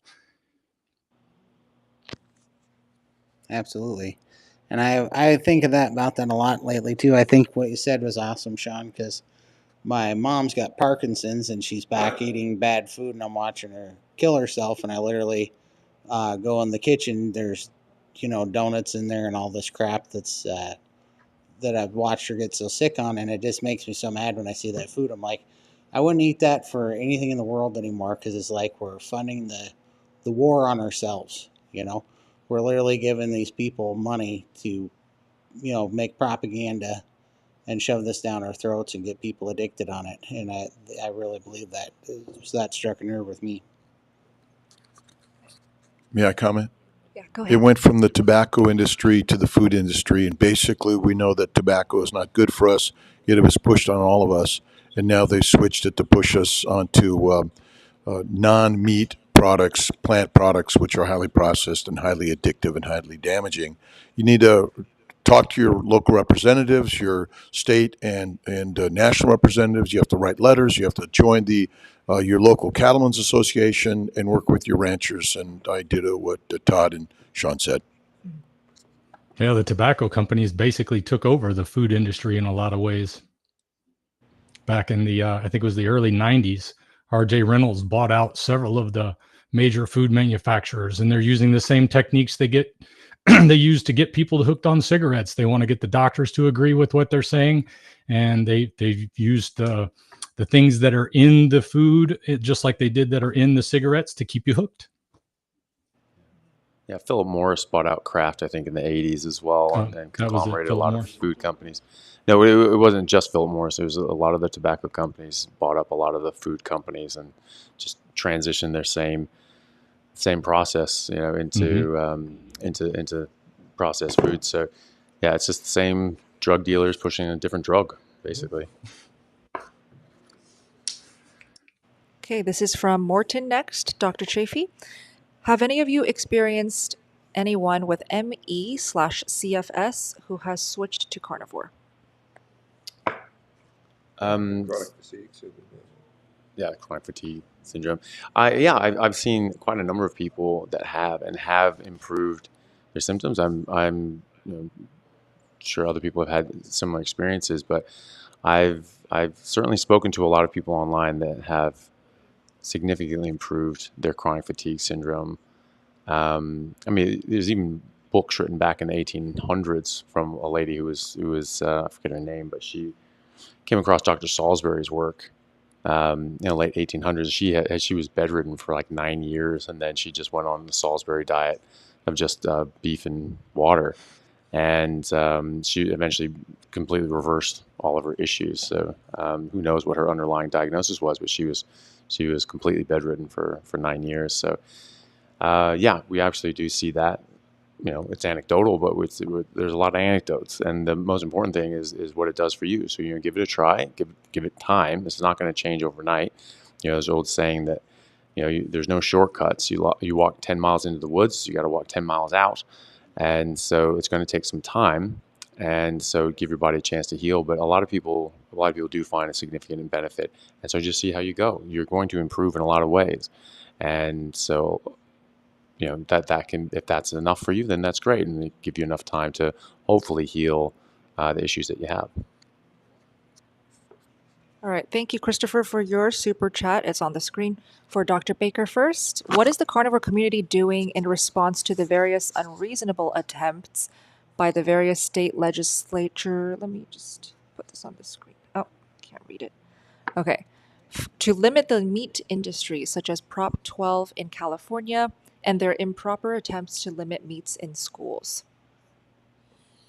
Nina Teicholz has been lobbying for a decade now to get the dietary guidelines change. I'll say unsuccessfully, unfortunately. And I had mentioned to her that I think she's going up against a captured organization in the USDA.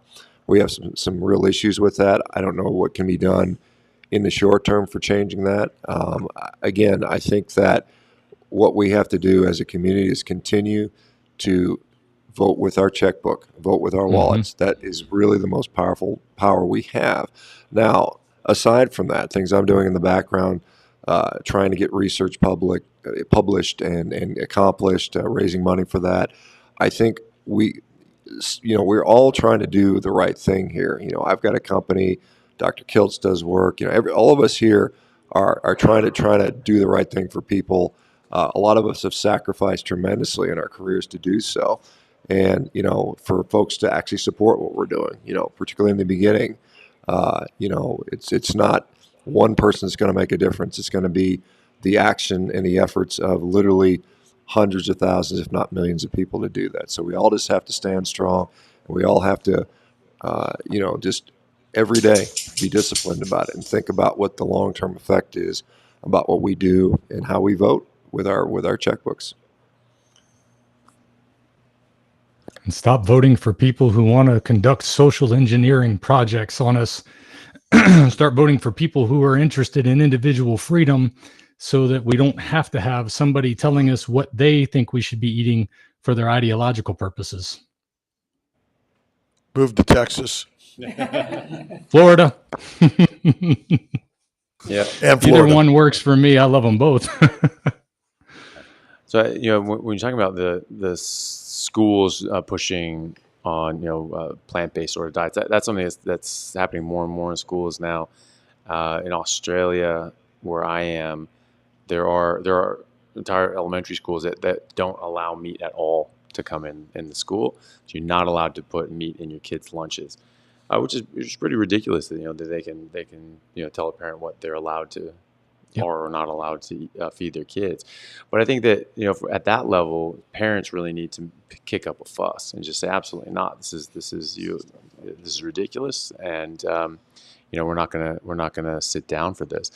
Parents actually have a lot more control than they realize. They used to have a lot of control, and now they've sort of basically stuffed them down and just say, "Oh, well, teachers get to do whatever they want. The schools do whatever they want." There are kids now, and you don't get any say in that. That's actually not true. Like any sort of abusive relationship, they try to scare you into saying, I'm in control here, because they're afraid that you're actually going to exert your power. You have a lot of power as a parent. And so if you make enough noise, things are going to have to move. And if enough parents make noise together, then you can actually get some changes done. And a lot of teachers and school districts actually do care about the kids and would be willing to listen to things and be reasonable about it. So if your school is trying to push meatless Mondays and all this sort of garbage, just go in and tell them what you think about it and say, look, this isn't really healthy for the kids. I don't think this is the right way to go. And if enough people do that, then you'll start seeing changes at the local level, and that will spread from there. It's very important. Your local influence actually has a huge impact, and much more than you realize. People say, well, what can I do? What can I do? It's just too big of a problem. You can affect the things in your local area. If everybody affects things in their local area, then that actually literally will change the world. So you just focus on your area and your kids and your school and these sorts of situations that you do have under your control. And if everybody else starts doing that as well, we'll get where we want to be. Okay, this is from Sherilyn for you, Dr. Chaffee. I had seizures due to high blood pressure, now controlled and on blood pressure medication. I'm on Carnivore right now. Side effects of seizure meds driving me nuts. Any hopes of getting off of this drug? Very, very potentially. I mean, we have about 100 years of research looking at epilepsy and ketogenic diets, generally high-fat, meat-based ketogenic diets. Those are the ones that seem to be effective. Interestingly enough, there are some ketogenic diet studies that have come out recently saying, they may not be all that good for these sorts of reasons. And what sort of ketogenic diet are they? It's very high fat, and to get their fat up, we give them Crisco. Obviously, that's the fat source that you want is Crisco.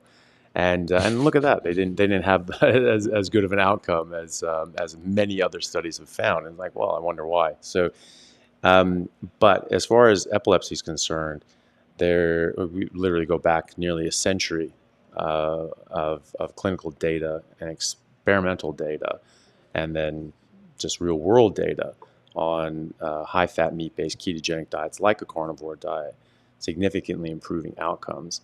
And anecdotally, I've seen people with epilepsy who have improved further from a ketogenic diet onto a carnivore diet, presumably because you're getting rid of other seizure triggers that exist in these plant toxins and things like that. So I can't say whether or not you'll be able to reduce or completely eliminate your seizure medications. However, many people have, and many people have at least been able to reduce their dosages, and many people have been able to come off of them. Even people with malignant brain tumors, such as Andrew Scarborough, who still had some residual tumor. Last I've spoken to him, he said that he does not, after 10 years with the GBM, he does not have any residual tumor left. It's sort of at least not visible on MRI, which is great. He was able to wean off 2 seizure medications, even though he had residual tumor at the time and had a craniotomy and partial resection, which can significantly increase your risk of epilepsy. But that's not everybody. I do strongly recommend doing this under the guidance of your neurologist, and being very careful with this, because you don't want to start triggering seizures. The more seizures you have, the more likely you are to have more seizures, and it lowers your threshold to have further seizures. Conversely, the longer you go without a seizure, the less likely you are to have a seizure. So work with your neurologist. If you're seizure-free for 6 months, it's a very reasonable time to start talking to your neurologist and say, hey, can we start thinking about reducing the medication on this? But do so very slowly and only with medical guidance. Okay. And Dave, thank you so much for your super chat and your kind words. We appreciate you. This is from Mark. What is the best alcohol to drink at social events? I only fail strict carnivore when I drink alcohol. It's hard not to drink at events with friends. Any thoughts, Dr. Baker? Yeah, I don't drink alcohol. It's a silly question. Alcohol's a poison. What's the best alcohol to drink? The one that you're not going to, maybe the most disgusting stuff that you can find, so you don't drink it. There's no redeeming qualities in alcohol, and to make that excuse to predetermine that you're going to fail, that you can't enjoy your life without being drunk or inebriated, is to me, just kind of, more or less ridiculous. You can certainly rank order alcohols by degree of awfulness, but it's generally just a bad idea in general. So I would not try to justify any type of alcohol. If you drink, okay, you've done it, but don't ask me to condone it. I'm not going to. It'll happen, but there's no good alcohols. Sparkling water on ice with the squeeze of lemon or lime. So I stopped drinking during the rugby season when I was 21. I was one of those kids that I enjoyed drinking as a teenager. I really liked the culture in rugby, in no small part due to the party aspect, the drinking aspect, things like that. Something I really enjoyed. And then I turned 21 and I went to the bar and went, oh, look, I can go here legally now. And I just instantly realized I've been coming here for 3 years. Just illegally on the fake ID or being snuck in the back door by my rugby friends. Instantly, the thrill was gone, and I just sort of was, just not as thrilled by it. I ended up stopping drinking for several weeks, and I just felt so much better physically, and I was playing so much better that I just said, okay, well, I'm just going to try not drinking during the whole season. So for me, it was very strange at first, and it was very awkward when I was out and not drinking when other people were drinking. I felt very self-conscious. I felt very strange, but I did it. The next week, I still felt self-conscious and weird, but it wasn't as bad. Third week, sort of neutral. Fourth week, I actually preferred it. And now I have no problem going out into drinking social situations and not drinking. I don't feel compelled to drink. I don't feel, it's not like a dare program where people are like, oh, why aren't you drinking? All that sort of, I just don't care. And no one else really cares either. If you're just there having fun and you're not being weird, then they don't care either. So it's just something you can get used to. So, it's not that you need to avoid those situations, but, maybe for a little bit you should avoid it just to get used to not drinking for a while. But, you can get used to these situations and get comfortable in those situations and still have just as good of a time, if not better, when you're sober, and then you don't have to spend hundreds of dollars on a stupid bar tab. You can actually drive home, and you're not just a wreck doing stupid things. So it actually ends up being better. So I actually prefer going out now sober, but I've have a lot of experience doing that. But it just takes a couple times getting used to it, and it actually preferable afterwards. Yeah, I'll just add one more point. If you, again, think about who you surround yourself with. If you only find people that can only enjoy themselves if they get drunk, you're hanging out with the wrong people. So think about that long term. I mean, it may suck in the short term. You might have to sever some ties with the relationships. But if you can't be around a place with these people without having to give yourself brain damage to do it, then you need to rethink what you're doing. For a lot of us, the carnivore diet exposed the fact that we have addictions that we're dealing with. It's not just maybe the weight issue or the health issue. It's that we've been addicted to something, whether it was alcohol or food or drugs or a lot of other things. And if you are fighting those addictions this way, then you definitely have to take a step back and say, you know what, I love you, but I can't participate in what you're doing because it's taking me down a road that I can't go down. And all I need is a justification to partake in one of my previous addictions, and I'll jump at it, just like many other people who are addicted. And you got to remember, most of the population is addicted to what's in our food right now because it's been designed to hit a bliss point in your body and in your mind that causes you to keep coming back for it, just like a regular drug does. And a lot of that came from the tobacco companies taking over and really putting that into high gear. But you go all the way back to the 1940s when the notion of the bliss point was even invented by somebody at General Foods. They're trying to get you hooked on their product. Well, we're hooked on so many things these days. It can be a very difficult thing socially to adapt to this, but you've got to remember you're doing this for health purposes. So yeah, maybe sometimes you do have to take a step back from people that are in your life who are in that addiction process, in that addiction mode, because we tend to group together and enjoy our addictions. And it's a tough battle, but it's something that you can win. And that's one of the things I love about this carnivore community being here, is because we can support each other in that process. I mean, a lot of us are addicts living in a crack house, and it's very difficult without somebody to give you that support. So that's why I love this community. Yeah, I totally agree with you, Dante, because, I had a whole lot of addictions before I did carnivore. I had nicotine addiction, gambling addictions, sugar addictions, caffeine addictions. And what was crazy, the most unexpected thing about carnivore was when my hormones healed, my compulsive addictive nature went away completely.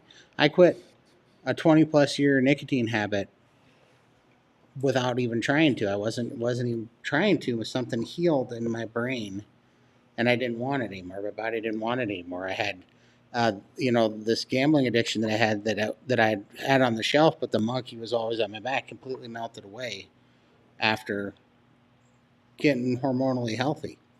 So I think there is something huge there. Whatever is going on with our food is making us incredibly impulsive. To an extent that I would have never imagined that healing your body through food could have done that. So I think you hit the nail on the head.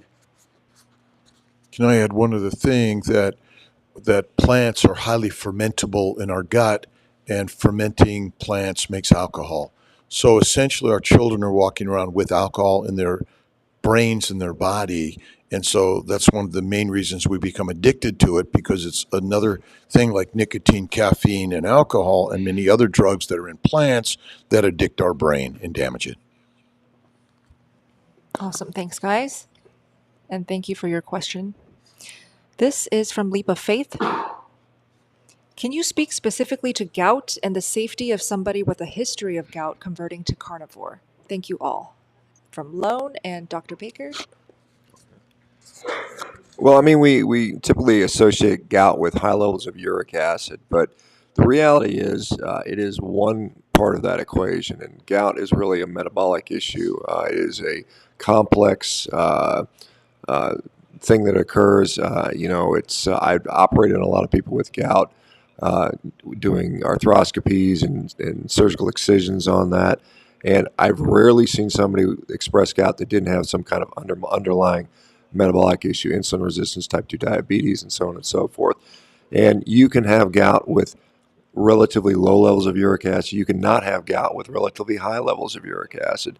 And what I would say is that maybe in the short term, if you're particularly metabolically compromised, and you go carnivore and you increase your purine consumption, you might have a flare initially. You might have to still take the standard regimens, the allopurinol, the colchicines, the anti-inflammatories to get through it. But over time, as your metabolic health will improve, the likelihood of you flaring your gout is going to go down tremendously. And in fact, most people, even with gout, when they go carnivore, often just don't have gout flares. There's a small percentage that do, so you have to be mindful of that. And you still have to treat it because it can be very painful. But again, gout is not just about uric acid. There's many, many things that go on. Even body temperature. Why does it happen in your big toe mostly? It's the coldest part of your body, and so it causes the crystals to precipitate there.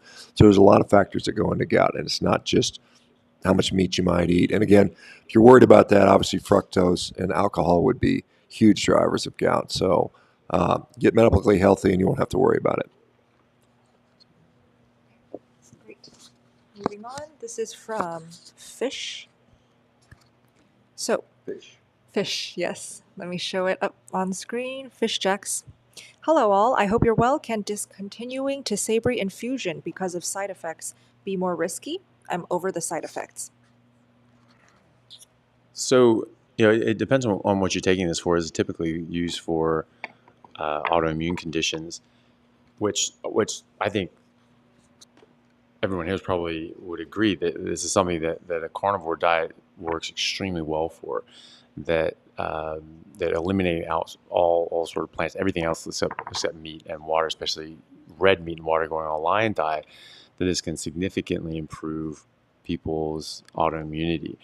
I think this is large. I think from what I can see, autoimmunity is the body reacting to different sorts of toxins that get in the body, and these toxins are probably causing some problem, attacking your body, and you're making antibodies towards them, and your body's getting hit in the crossfire. So we take a lot of these immune modulating drugs to suppress your body from defending itself, which is helpful in certain circumstances, but it's really not addressing the underlying cause. So depending on what sort of autoimmune issue that you have, and depending on how well that's being treated with your diet, I would strongly recommend being on a strict red meat and water diet, the ruminant animal meat and water diet, so like a lion diet, and then see how you go. If you're a few months in, say if you have Crohn's or something like that, and if you have a few months in and you're not having any flare-ups and you're feeling great, that's a reasonable time to start thinking about coming off of those sorts of infusions. Work with your doctor, but that is something that people have been able to do, especially with things like Crohn's. I've even seen it with multiple sclerosis and many other sorts of autoimmune issues. But if you're still having bits of flare-ups like that, then definitely not the right time to think about coming off the medication. Yeah, I'll just add, as Anthony was saying, Tisabri is an autoimmune modulating drug typically used for Crohn's disease. But it is important to not just cold turkey quit a lot of these drugs, and because they can set you back significantly to the point where maybe it precipitates some sort of surgical treatment, which you otherwise could avoid. At Rivero, that is what we do. We literally have physicians that are trained to help people come off these medications. So however you decide to do that, it's not bad to come off these drugs, and obviously preferable. These drugs, side effects include increased rates of infection, increased rates of cancers, so on and so forth. So it's great to get off them if you can, but just be careful how you do it, and definitely involve some sort of physician intervention. Dante, did you want to add to this? Oh, no, I didn't have anything for this one. I'm sorry. No worries, just checking. Okay, we'll go on. Okay. IBSD 25 years, carnivore 5 years, lion diet 29 days plus iodine. Pain is gone, but diarrhea persists. Doctors, nurse practitioners, GI doctors, unhelpful. Suggestions, Dante? 29 days plus iodine.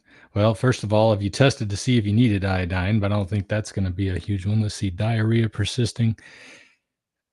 It could depend on how strict you're being with lion diet. I noticed that if I cheat just a little bit, that I'll go back to what we call keto flu, or, a polite way of saying having diarrhea, basically, in my opinion, because anytime that I have something that I shouldn't, it triggers that, and it could last for weeks.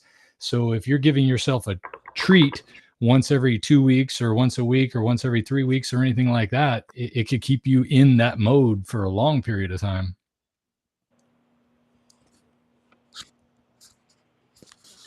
You also want to check with your healthcare provider, make sure you don't have a gastroenteritis, colitis, and something else that may be causing persistent diarrhea.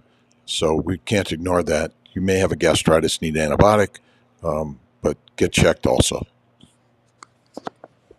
Great. This is from Andrew. I travel around the country every week and thought it would be difficult finding carnivorous options. After 2 years of carnivore, it is actually easy. What is everyone's go-to location to get carnivore meals, and what is it? Well, I mean, I always try to keep it, from like a grocery store, getting like whole meats and things like that. And even like going camping, I'll just get steaks and cut them up into little cubes and use that as on a stick, and those are my marshmallows, and I just sort of roast them over a fire. It's great. It's fantastic. I've even had like long road trips where I didn't have a chance to cook, where I just get like a whole ham and some butter, and just like slices of ham and butter, and that works well as well. And even just raw meat. But as far as like stopping by stores and things like that, sometimes you can go to even fast food places and just get burger patties. I do that a lot in airports when I'm traveling all over the place, and that's really my only access.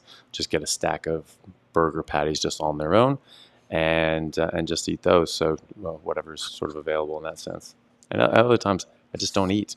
If there's not something that I want to eat I don't think is good for me, I just don't eat. It's it's not that I'm fasting, but it's like I don't have to eat. I'm not starving, and so if there's nothing around me that I think is good for me, I just won't eat, and it's not that big of a deal. And I get to a point where a place where I can eat and I eat something better, and I just catch up. Then it's not that big a deal. Dante, and then Dr. Ovadia, and then we'll go down the table. Go ahead. When it comes to eating out, my best suggestion is just to avoid it if you can, but it's not always easy. And like Dr. Chaffee said, one of the things that I try to do is if I have to eat out, I'd prefer not to eat. But there are times when I've stopped by McDonald's or someplace like that, but then, there's other things that are in the meats that they use at these places, like they're finding high amounts of microplastics. So you got to get picky about it. I think Five Guys is probably one of your better options for meat, as long as they're not using any oil on the meat. And I understand that they do not. Also, be careful when you eat out. Most of the time, the meat, when I get it from places like McDonald's, they don't use enough salt, first of all, to give it any flavor. For some reason, it just tastes bland. And the salt that you get when you go out almost always has dextrose in it. I thought it was a rare thing when I first heard it was Dr. Saladino talking about the fact that McDonald's had dextrose in their salt. And I thought, well, why in the world would they do that? They claim to use it as an anti-caking agent. And then I started looking at other salts in other places like Circle K and convenience stores where I might want to grab some. They had dextrose. Look at a bottle of Morton salt, has dextrose. So you want to carry some good salt with you if you're going to be eating meat out. And just tell them to cook it without any seasoning. You'll add your own. Awesome. Dr. O? Yeah, as someone who travels a lot, certainly deal with this. I agree with what Anthony said. Sometimes fasting or just not eating, becomes the best option. And of course, this is probably a good time for a plug for our sponsor today, some Carnivore crisps, plenty of options, meat sticks that you can find that are clean. Hard-boiled eggs, will keep well for travel purposes, needing some stuff on the road. So lots of great options. I agree with you, it really isn't that challenging. You can always go to the burger place. You can always find a steak place and just look for the options that are around you. Yeah, not too much, different to add here. I think that just one thing, this one tip, if you go to a burger place, just establish before you pay what the burger patties cost. Like you ask them if they'll sell extra burger patties. You can tell them it's for your dog, and they'll often give you a better price. Don't get roped in paying for a whole burger when you're just getting a burger patty. It should literally cost you half as much. So, like, I go to Wendy's a lot. I just think they're pretty good nationally. I usually pay anywhere between $1.29 and $1.79 for a burger patty, for a quarter-pound burger patty. So don't settle for anything higher than that. You can even call them ahead of time. I've done that. I've called them and asked if they'll sell burger patties individually, and I'll ask them the price. And tell them it's for your dog. And because, then you just tell them you want 10 of them. Your dog's real hungry. I prefer to eat at home. If I'm traveling, I often will take the opportunity not to eat for a day or two. And especially when you're traveling on airplanes and hotels. And I think fasting and think about hunting however many years ago, and you weren't finding your hunt for a few days, maybe a week. And so I think we're built to fast more. And that's one of the best things I think we can do. My advice is to be prepared.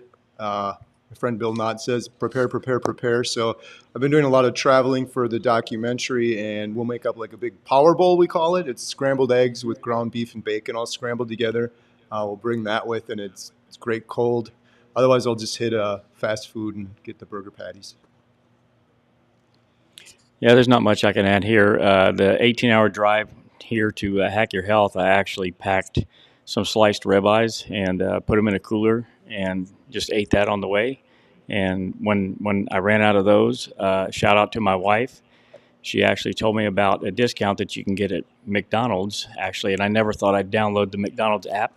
So if you download the McDonald's app, you can actually get 20% off any order over $5 every single day. So that's part of what you can do to kind of hack your budget, if you will.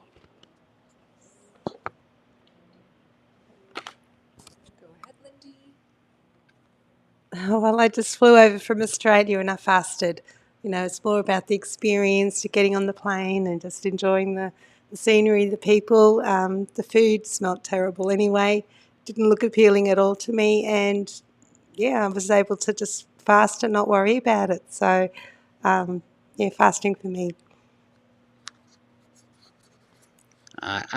When I flew here to Texas, I just fasted because that was the best thing. But other than that, I just like taking like ribeye jerky or carnivore crisp. They seem to do the best. Just little thing to tide you over. But really, when I'm traveling or I'm on the go, I plan on, I just always plan a faster on it because it's just so much easier. So.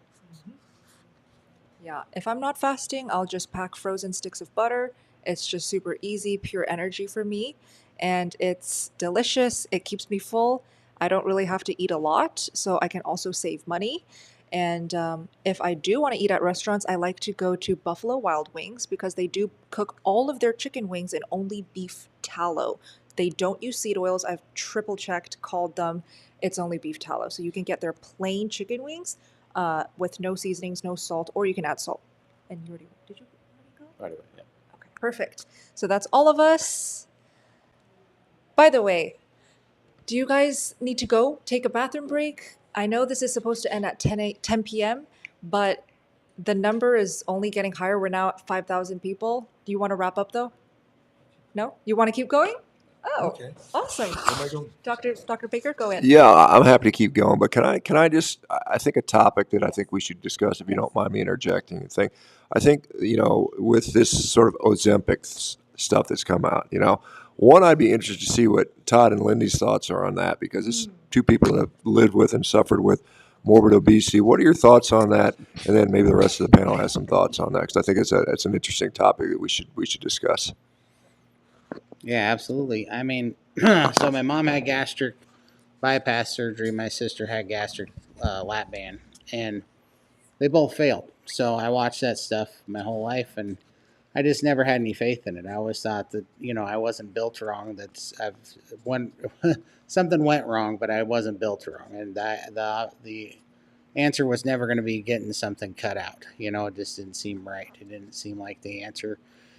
And, now, I mean, my mom, one of the reasons she's eating bad is because she can't hardly eat enough food, right? Because she doesn't have her stomach. She's 81 years old. She's got Parkinson's.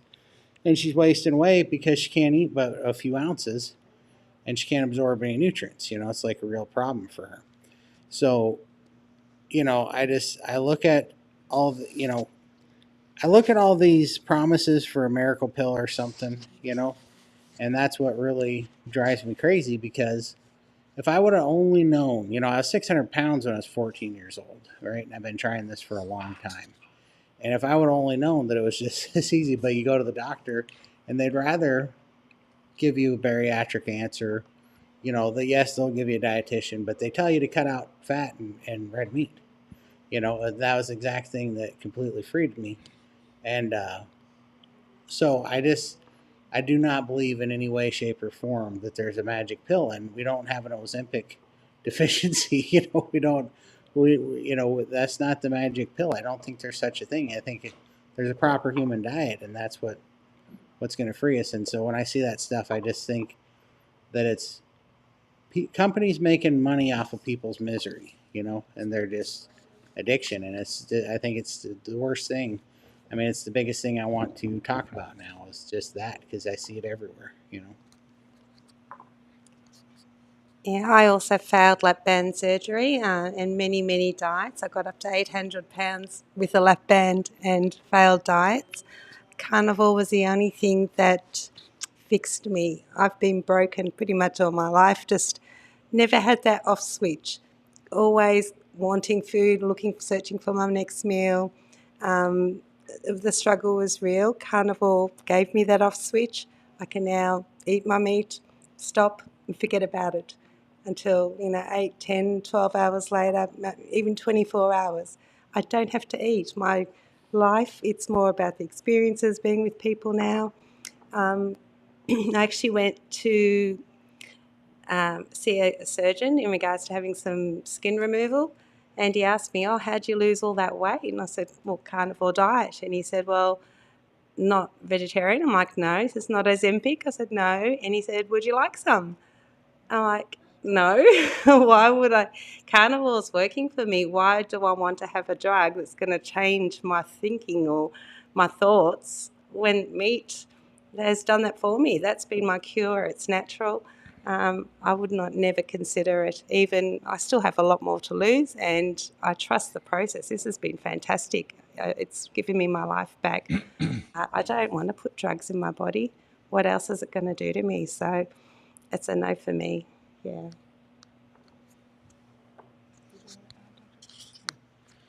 I'd just say I absolutely hate Ozempic. I think it's an absolutely awful drug, especially in the dosages that they give it for.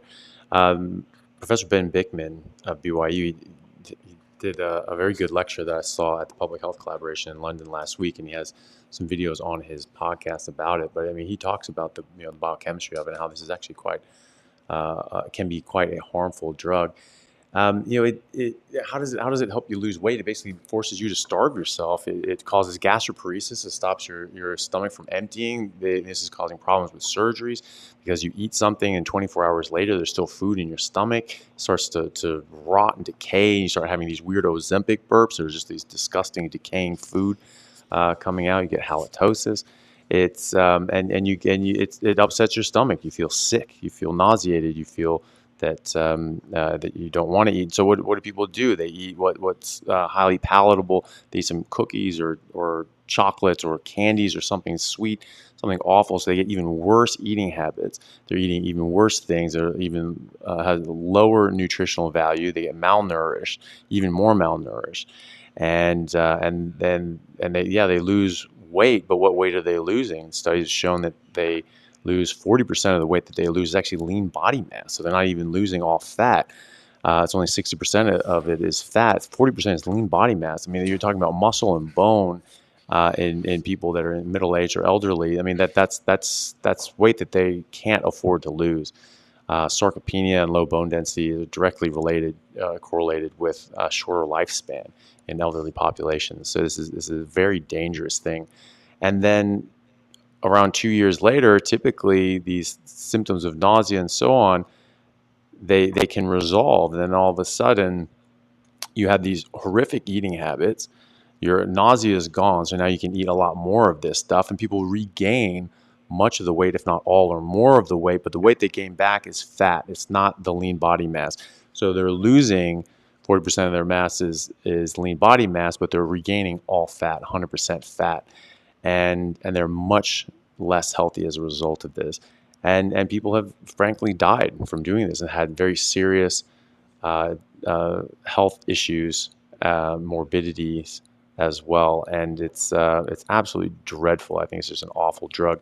And I think that, we're just people profiting off of people's misery. I think it's absolutely disgusting. And I think these sort of official people coming out and from very prestigious backgrounds and in official capacities saying, well, obesity is genetic. There's nothing you can do about it. You have to just take these drugs. And it's like, if that were true, then the obesity rate would be exactly flatlined.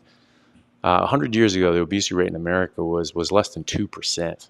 So that doesn't make sense. And in 1980, it was about 8%. After World War II, it was 6%. And now it's 42%. And 70% of people are overweight or obese. And so clearly that's not genetic. But they're trying to say it's genetic and say, oh, there's nothing you can do about it. So you're useless, you're helpless, there's nothing you can do except take this wonderful magic drug. And that just makes people a lot of money, again, profiting off of people's misery and suffering. When I first saw Ozempic come out and I saw the studies, and they even I mean, it wasn't like I went searching for this. It was just discussed on the news that people would lose weight, but after 2 years, they typically regain more weight than they lost. I was just like, all right, well, obviously that's a dud. That's not going to go anywhere. And no, it was sold out worldwide within weeks. It blew my mind that anyone would sign up for that. But I think it's a dreadful drug, and I don't think people are being given the informed consent by their doctors about exactly what this stuff does to them, and I don't think that's right. There are a lot of medications out there that are absolutely good for people with certain conditions, but what you've got to realize when it comes to the drug companies right now is they're not looking to cure things. There was, I think you call it a white page or something like that came out dealing with Goldman Sachs and the company that came up with a cure for hepatitis C. I found out about this through a friend of mine years ago who had hep C, and he talked about, wow, this pill, it took it a few times or something like that. It wasn't very much, and he was cured. Well, the investors said, this is not what we want. We don't want cures. We want people on drugs for life. We want something that's going to be managed for a lifetime. And that's the direction the industry is going right now. And if you keep looking for this magic pill, we've kind of come up with this idea, especially since genetic research, that they're going to come up with some solution that's going to fix everything and you'll be able to take a pill. And there is no pill that fixes everything. That's the bottom line right there. There are pills that are necessary for managing certain problems, but not being a doctor, I don't want to go into a lot of detail on that. I just don't want to throw the baby out with the bathwater. I know there are medicines out there that some people need, but a lot of this stuff, especially if they're advertising it on television and they're pounding the ads like they are with Ozempic right now, you can tell they're just trying to appeal to that desire for a magical cure, and they're not selling cures.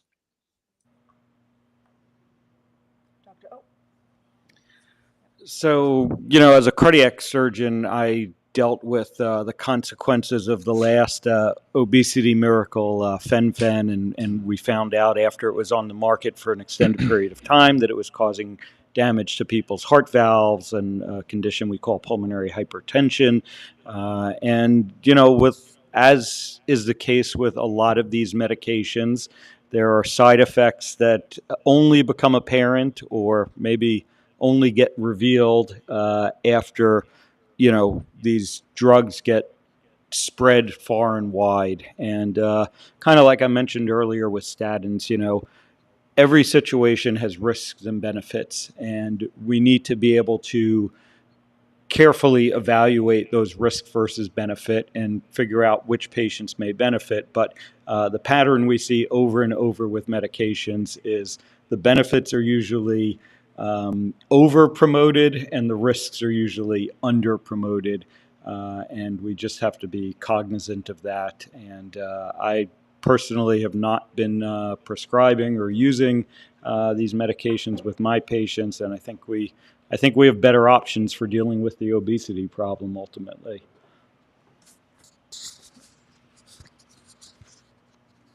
Powered by the proper human diet is what this mission is really about. And so the more we share ways that people can heal themselves and they can have a lifestyle that they'll maintain where they want to be, that's the most critical thing. These drugs are always going to come out. They're always going to be there because the powers that be, it's about making more money. And GLP-1s are required for life. So they're going to help you lose weight, but you got to stay on them forever because we all know that you're going to gain that weight and feel miserable again. But the other problem is how we treat people that are overweight. We're very judgmental, and I think that's one of the problems in the medical communities, that we judge people based on their size, and we shouldn't do that. The more we help people love themselves as we respect and love them, then we can help them heal by teaching them more about the proper human diet.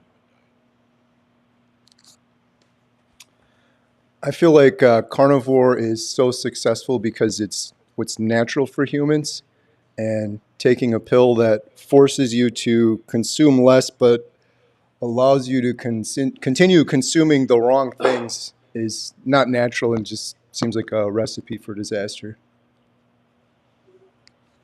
I don't think there's much here that I can add that everybody hasn't already added. Dr. Baker, did you want to finish with any thoughts? I've got a lot of thoughts on this, and I mean, when we look at these drugs, they're being touted as the next latest and greatest things. They're using for cardiovascular indications now because there's some studies that indicate association with less heart disease. Obviously there's weight loss. There's some significant concerns. I mean, you've got to remember, every time pharmaceutical industries promise you something, they always overpromise, underdeliver.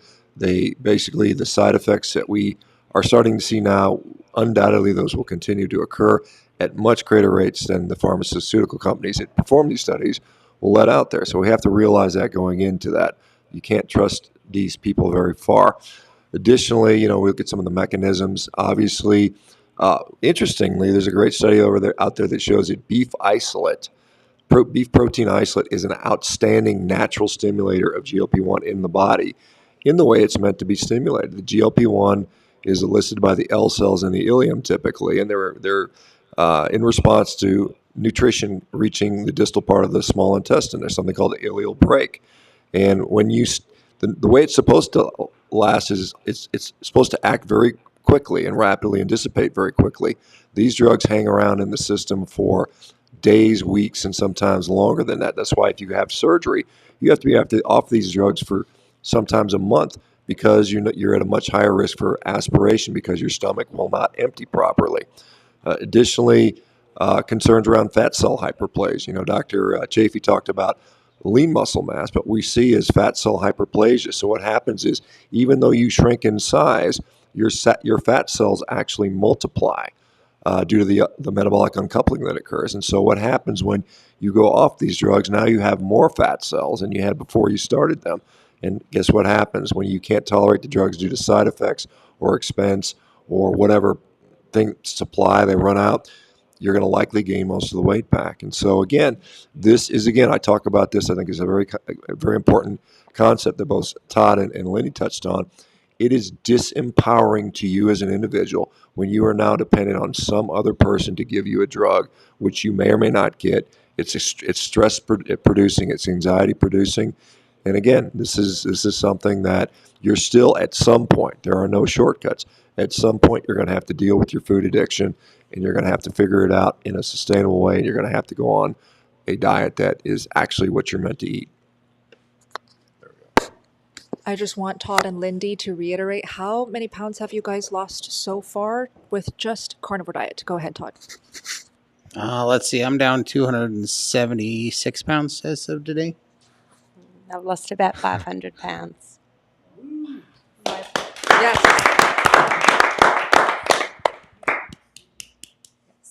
So definitely follow Todd and Lindy. They both have their own YouTube channels. The Carnivore Cure for Todd and Limitless Lindy for Lindy. Amazing. We love you guys. Okay, let's go back to the super chats. We're now still 5,000 people watching. Thank you so much for joining us tonight. I know it's super late where you guys are. Let me just put this up. Right here too. That's true. Yeah. That's true. We can pull an all-nighter.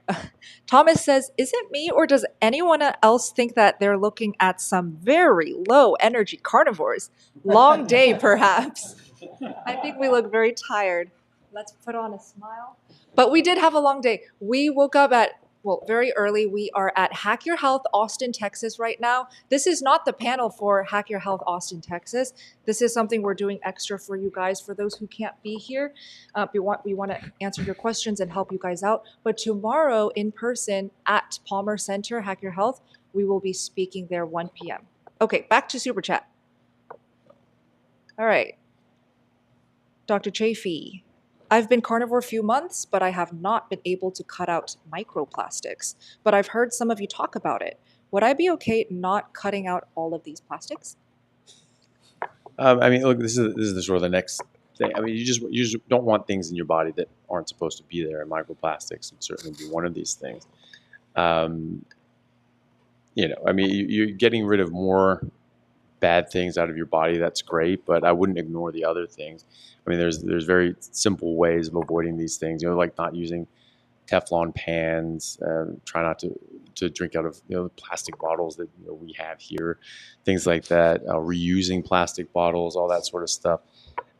These little things that you can do that can improve these things. But if you're just eating a carnivore diet and you cut out all these other sorts of things, obviously you're going to get a lot of benefit out of that, and then you can start thinking about fine tuning these other exposures down as well, and you're just going to keep improving your health.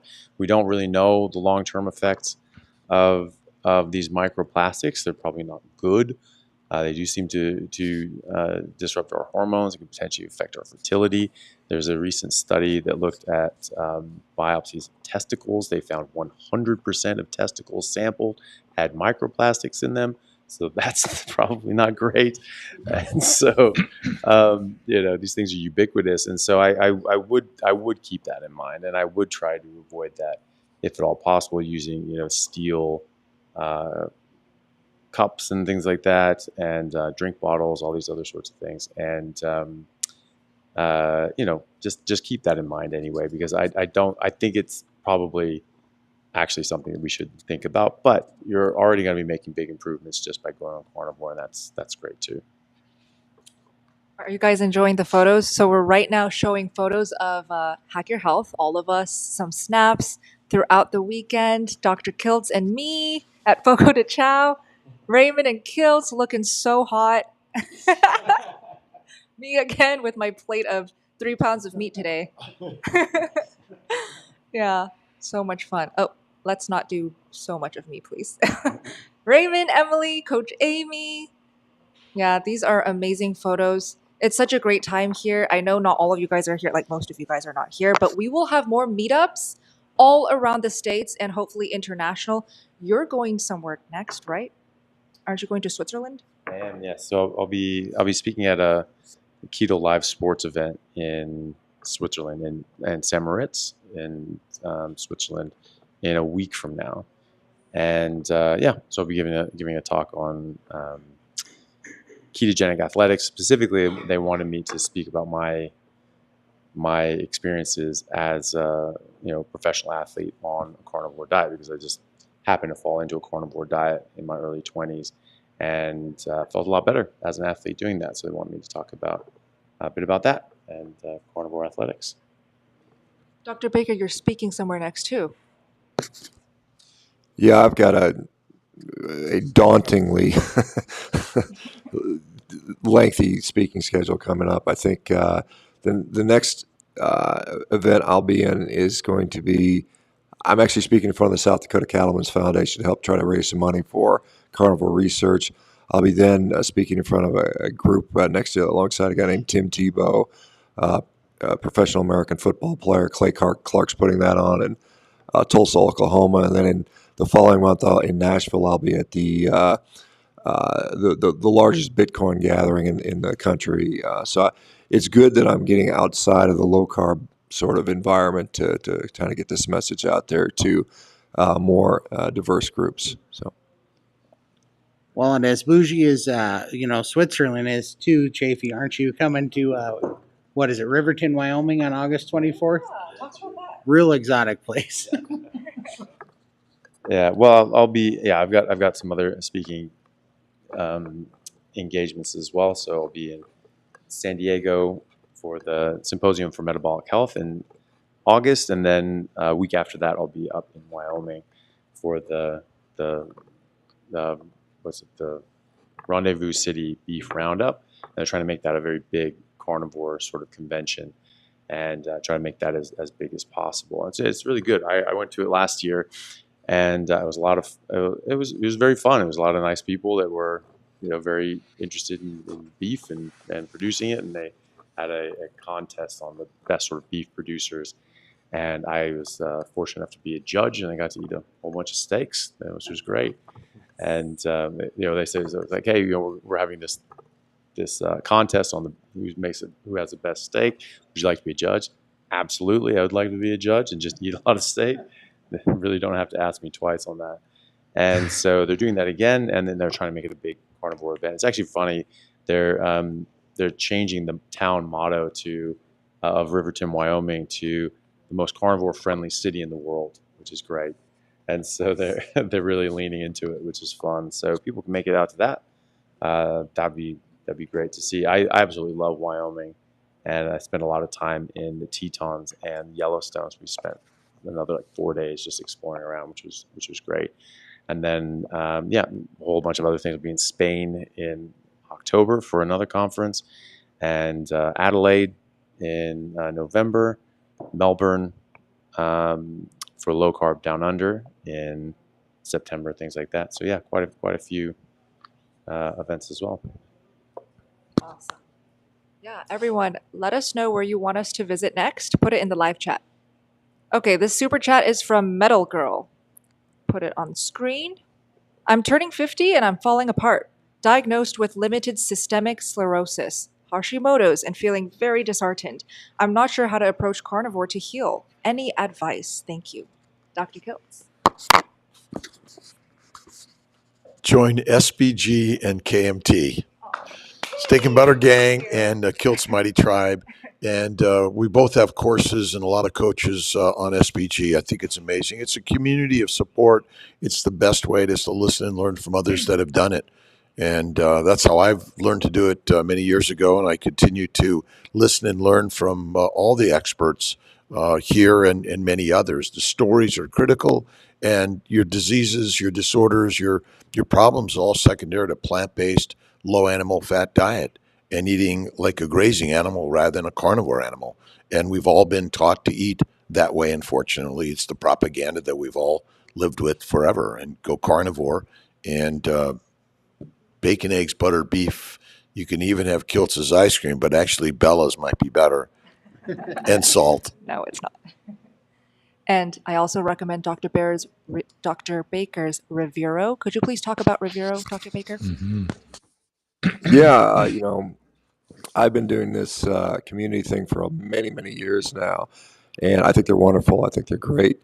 But one of the reasons we decided to do a full medical thing is because I think people with significant medical issues do need the oversight of a physician, not just a health coach that may or may not have the qualifications or the expertise to deal with complex medical issues, deprescribing drugs, nor are they allowed to. It's actually illegal for someone to tell you to come off medications. That's called practicing medicine without a license. So that's why we have to have a collection of physicians that actually support this, philosophically are aligned, because one of the frustrations that many people share in my community that I had and many of the other communities is they do these great things, they feel better, and yet their doctor that they go to will not support them, and often will scare them, and often will almost bully them into stopping. And I think that's unfortunate. And so that's why we created Rivero for one of many other reasons. So it's awesome to get a community behind you. I think it's incredibly important. The issues this particular super chat person was talking about, complex, autoimmune, difficult things, it's going to require a very dialed-in diet, in my opinion, to figure that out. So, again, thanks for letting me talk about Rivero. Rivero website is currently shown on the screen. Definitely check it out, guys. And I also want to plug Healing Humanity. Personal testimonials is so powerful, so inspiring, and Kerry and Adam are doing it right now. Talk about it. Yes, we're doing a documentary where we're following people around over the course of a year that are undergoing a proper human diet and experiencing amazing healing. And actually, Adam and I tomorrow are doing a presentation at 2 o'clock at Hack Your Health to share a trailer we put together for Hack Your Health and some behind the scenes. And if people want to learn more, it is healinghumanity.movie. All details are currently shown on the screen. Please make a small donation. They're going to really appreciate it. It's going to go a long way in making this amazing documentary. Thank you, guys. Okay, let's go back to Super Chat from Tom. Thank you, Dr. B, for your January Carnivore month. I did one over 5 years ago, and I have not looked back. Wow. And let's see, what's his question? Oh, thanks also to Dr. Chaffee for continued support. So just a thank you to you both. Yeah. Lenny, is carnivore safe for those of us with severe oxalate dumping issues? Adding tea and cacao has not helped. It made it worse. What is the best? Supplements like calcium and potassium? I am desperate. Thank you, Dr. Chaffee. Well, so I think it's important to understand first, is it oxalate dumping? I mean, there could be a lot of other things that it can be. Oxalate toxicity and oxalate dumping can manifest by definition as any number of symptoms, and those symptoms could be explained by other things as well. In medicine, we have, if you look at all sorts of different symptoms that people have, they can correspond to any number of ailments, and so it's important to make sure that you have the diagnosis right. Is it actually oxalate dumping? Is that actually what you're getting? It's hard to say. But Sally Norton has different protocols that if you are oxalate dumping, having some low oxalate tea, etc., should help mitigate that. If it's making it worse, then maybe it's not oxalate dumping. So I'd think about that. So that's the the most important thing. So try to troubleshoot other sorts of things. There could be something else going on that you're not addressing because you're focused on the oxalate side of things, and you may be leaving these things out. Are you only eating meat? Are you eating enough fat? Are you doing these other sorts of things? Also, what are your symptoms? I mean, we don't really know exactly what's going on there, so I can't really give you any advice on any alternatives of what it could be. But don't just assume that it's oxalate dumping. Do troubleshoot other sorts of possibilities as well. Just remember that. And just because I remember it from before when Dr. Baker was talking about gout. Just remember too that there are other things like pseudo gout, which used to be called gout, that can manifest as gout. One of them is oxalates, but there are a number of others, about 4 things we are categorized under pseudo gout that look very much like gout. And the only way you can tell is if you stick a needle in the afflicted joint and take an aspirate. And so just remember that we're saying that this is something that looks like a duck, walks like a duck, but it may actually be something else. So just remember that and make sure you get the diagnosis right. Anyone like to add? We're all good. Okay. And I also recommend checking out Sally K. Norton. She's the expert, I'm sure we all agree, on oxalates. So just Google or YouTube search Sally K. Norton. Okay? Lupita, thank you for your super chat. She says, I recently found out I have a straight spine, lost thoracic and lumbar curvature. I've had gut issues, tightness in the lumbar. How much can the bowel be affected by smothered nerves, Dr. Baker? Well, I mean, often when we see loss of natural curves, whether it's lumbar lordosis or cervical lordosis, the natural tendency is often due to often it's a muscular pull that's causing that. You could be, having just these kind of unremitting spasms or potentially loss of mobility. Could those curves impact the gut? Conceivably they could be, but it's probably not the curves themselves. It's probably the underlying inflammatory issues, which are probably causing both of those things. So I think they're indirectly related, but they could be, affected equally by whatever's causing the problem. And so without knowing what else is going on health-wise, it's hard to say for sure. I think, again, I hate to sound like a broken record, but the same sort of things apply. Eat a good diet, stop eating junk, don't smoke, don't drink, get good sleep. Don't be sedentary. Deal with sort of circadian biology. Do those things consistently over time, and hopefully they'll fix whatever the underlying condition, which is probably perhaps contributing to both of those things. Heal the gut, you heal the rest of the body. That really is the most important thing, because inflammation in the gut will contribute to back problems and spine problems, as Dr. Baker suggested also. Dante, did you want to add to this? Excuse me. No, what he talked about, just to add on to what he said about healing the gut being the key thing to healing your body. I mean, that was the reason I started a carnivore way of eating, was because my gut issues, and doctors would just look at me like I was crazy. And ever since I embarked on this journey to heal my gut, it has healed many other things. I mean, I had high blood pressure before. I had GERD symptoms. I had medicines for GERD. I had medicines for high blood pressure. I was able to come off all of those with my doctor's guidance as well, which was nice because I had somebody who was willing to work with me. And, for those of you, I get a lot of this. People want to know, what doctor can I talk to that's going to help me? I certainly recommend Revero for that. Awesome. Thank you, Dante. Let's keep going. This is from Aaron. Putting it on the screen right now. I'm on day 5 of carnivore and I might be allergic to beef. My fingers are so swollen, I cannot bend them. Also have a rash. What are your thoughts? Is it possible to do carnivore without red meat and butter? Egg yolks also give me issues. Dante, you can start. Allergic to beef. Oh man, that would be a rough one for me, because that's about 99.9% of what I eat. Yes, it's possible to do carnivore without red meat. There's folks who do it just with chicken and pork because it's in their budget better, because red meat's more expensive typically. So certainly you can, and it depends on what your goals are, what you're trying to, what you're working on healing. But if you're having a problem with beef, then you definitely want to avoid that. I know that Michaela Peterson talked about her lion diet experience. She had to go strictly lamb to be able to overcome some of the problems she was having with beef.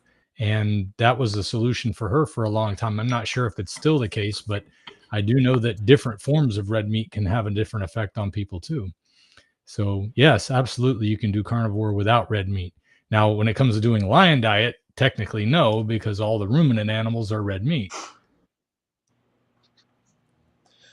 So yeah, I mean, you can certainly do a carnivore diet without red meat or butter, eggs, and all these sorts of things. You're only 5 days into it, so you have to sort of think of other things as well. I mean, all of those things can be seen when you're sort of coming off of a lot of these things. You're sort of withdrawing. If you're when you're burning fat, you can get rid of different toxins, and you can get weird rashes and reactions from that as well. If you notice that other meats don't give you that reaction, don't give you the rash, don't give you the swollen hands and fingers, and just stick to those meats. That's not a big deal, but this could also be just a strange reaction that you're having while you're transitioning, which does happen. People have weird reactions when they're transitioning. When they're losing body fat, they can also have weird things happen to them as well. I've spoken to a dermatologist who treats his patients with keto and carnivore, and that's what he notices, and that's sort of his theory, is that you're sort of releasing different fat-soluble toxins, and he sees a lot of rashes because of that. They go away. So the people being allergic to beef, there really isn't a true beef allergy that I know of. There's the alpha-gal syndrome that comes from the bite of a Lone Star tick, and that can make people sensitive to red meat. But from what I understand, it's typically temporary, lasts sort of 6 to 12 months, and then goes away. But you can eat other meats as well. But yeah, you definitely don't have to do it with red meat. If that's consistently happening, or eating other meats and everything's fine, you have red meat and your hands blow up, then yeah, just don't eat it. That's fine.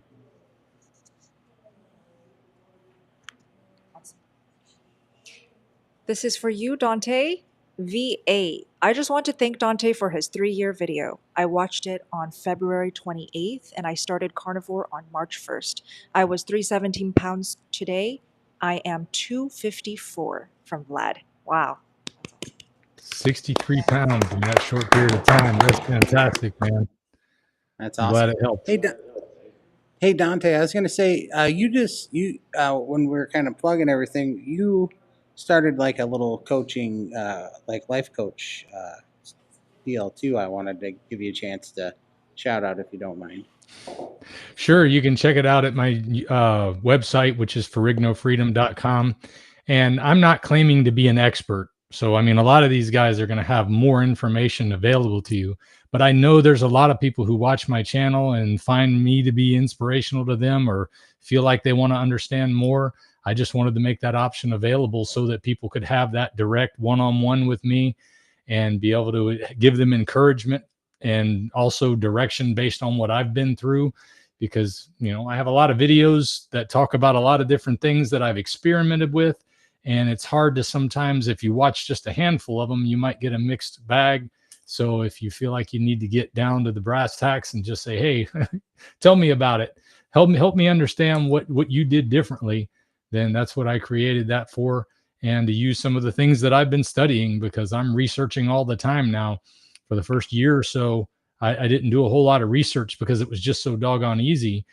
And I didn't even know about the carnivore community being out there when I got started. I just kind of stumbled on it because of Jordan Peterson.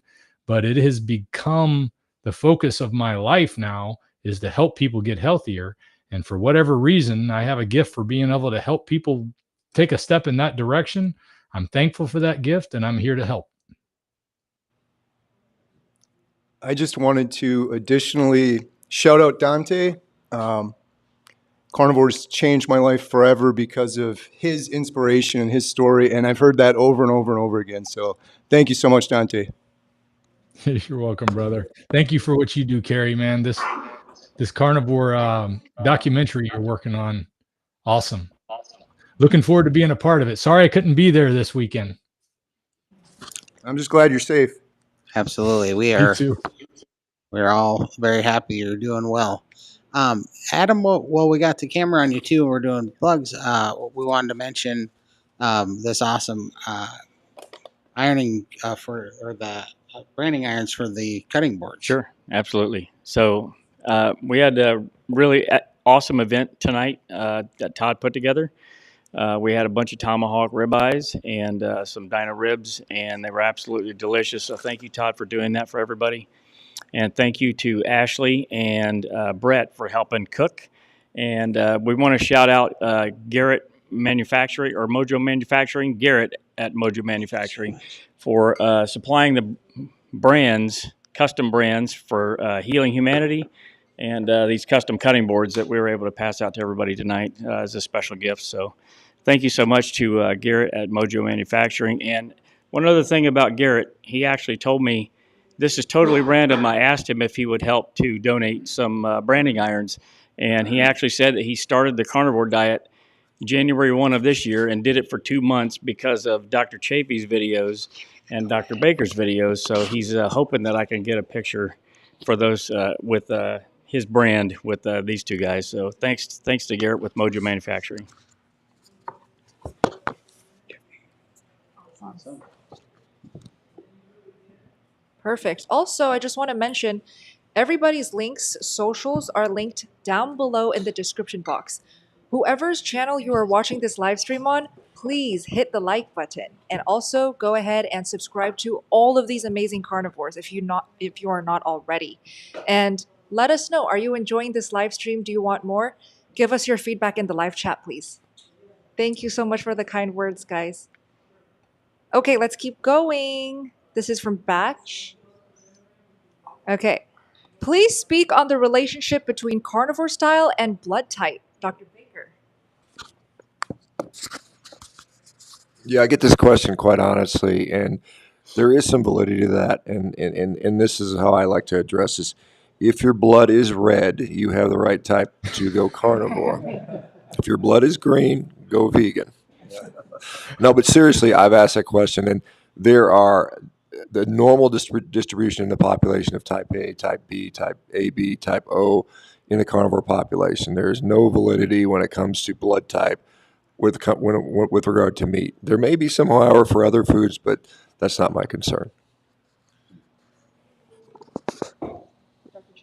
Yeah, I mean, the idea that, I mean, the blood type is just like it's protein on your red blood cell, different proteins on your red blood cells. And the idea that the proteins on your red blood cells are going to fundamentally change your entire digestive tract system, nutritional requirements, your ability to break down and metabolize fiber is a bit far-fetched. So no, I don't think there's any issue with your blood type. I mean,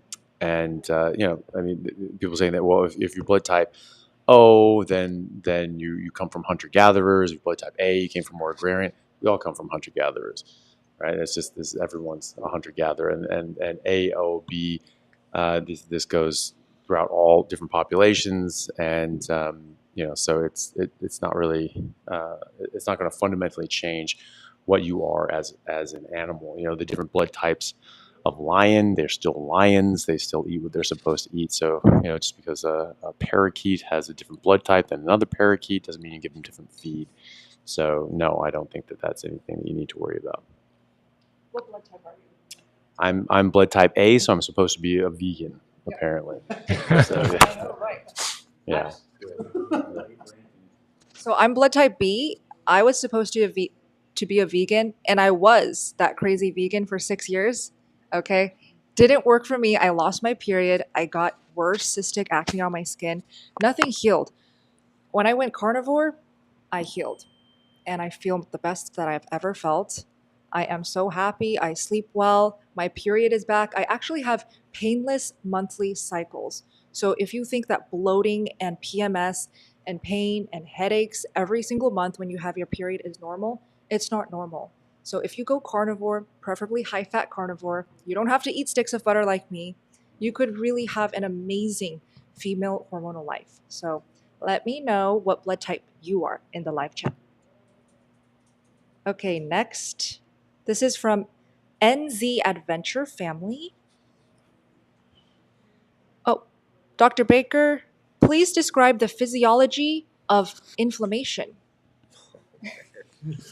Yeah. So interesting. There's a guy named Virchow who sort of described this in basically 4 things: turgor, rubor, calor, and dolor. And those things basically translated from Latin mean increased heat, increased pain, increased redness, and increased swelling. So that's basically what was been described since the 1800s or so. I think Virchow was German, if I'm not mistaken. But I mean, inflammation is a normal physiologic process. We would die if we could not get inflammation. Inflammation occurs after exercise.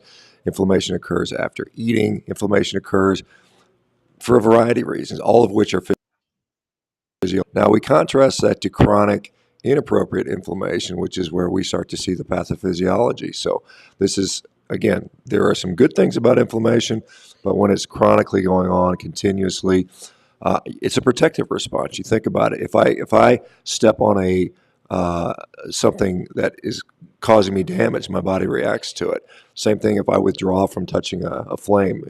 In fact, this is an interesting story. When I was a sixth grade science student, I liked my sixth grade teacher, Mrs. Hayes, because she was just gorgeous, I thought. Anyway, she quit to become a flight attendant. But she asked me how I would redesign the human body. And I said, I think we should have faster reflexes. So when we touch something, we get away quicker. But you think about that, our ability to respond to pain is a protective response. And if we didn't have that, we'd leave our hand in the fire, right? So same thing like inflammation kind of allows us to protect ourselves from these things. And so what are we doing? We're withdrawing from an irritant. Now, what happens if we chronically expose ourselves to irritants, right? We're supposed to learn from that.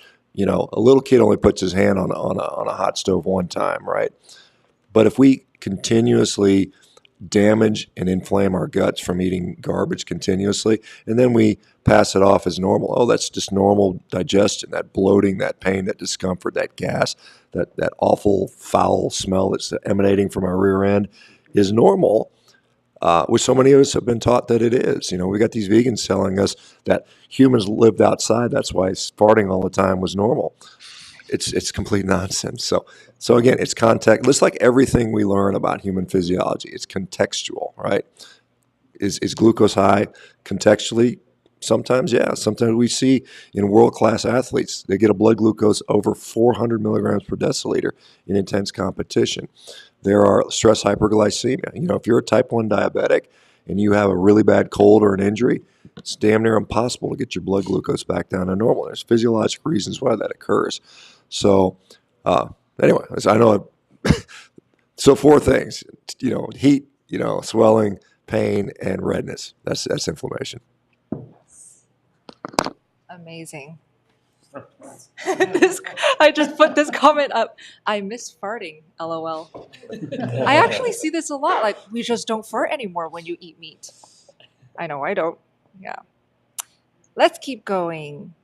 Thank you so much for the super chats, guys. We really appreciate it. We love you. This is BM7888. Is it safe to eat beef liver or organ meats every day? I'm concerned about the excess vitamin A and copper. Thank you, Dr. Chaffee and Team Carnivore, for saving my father and myself from Japan. Oh, well, that's great. Well, I'm really happy for you and your father. That's great. I think that eating organs is perfectly fine. I try to keep that in the proportion of the animal, though. If you're out hunting and you take down an ox, that ox is going to have enough skeletal muscle, meat, and fat on it to feed you for the next 1.5 to 2 years, depending on the size of the ox. It has 1 liver, it has 1 heart, it has 2 kidneys, and you should probably keep that in mind. I think that you do run a risk of getting hypervitaminosis A. You can get a buildup of different metals, and especially the fat-soluble vitamins. So that's something to consider. Hypervitaminosis A is known to suppress TSH, so you're going to get thyroid dysfunction and other sorts of issues. It takes a long time to get out of your body. The amount of vitamin A that's in marine predators, such as seals and polar bears, it can be toxic. So the Inuit would avoid the livers of seals, and especially polar bears. That can be a potentially lethal dose of vitamin A if you have too much of all those. So you're not really going to get that to that level with cow liver. However, you could potentially get too much of a good thing and get hypervitaminosis.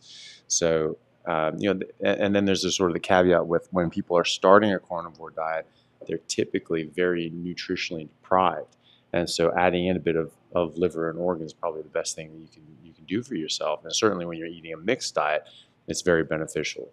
And so, having some of those things early on can be very helpful to catch you up and get you back up to a more normal nutrition level. And also, the meat that we're eating, depending on how many micronutrients are in it, having bolstering that up with a bit of liver and organs can be quite helpful. But I just would limit it. I would keep it in proportion of the animal. Just remember, there's hundreds of times the amount of meat on that animal than there are pounds of liver. So just sort of keep that in mind and have a bit, but don't have too much. Awesome. Thank you. This is for you, Dr. O. Showing it on the screen. From Carnivore Jarhead. Those of us with an elevated CAC score minus 149, is there any concern being on a carnivore diet and it getting worse? So, no, I don't have any concerns about being on a carnivore diet with a CAC score that's elevated. It's a major part of the treatment protocol I use in my practice for people with elevated CAC scores. I guess some general comments about CAC scores. It's something that should be tracked over time. What I oftentimes run into is, people first hear about the CAC score when they come to low-carb diets, when they come to carnivore diets. And so they get the first scan and it's elevated, and we don't know the time frame of that elevation. So I think it's important to follow it over time, get another scan a year later and see if that score is going up or not.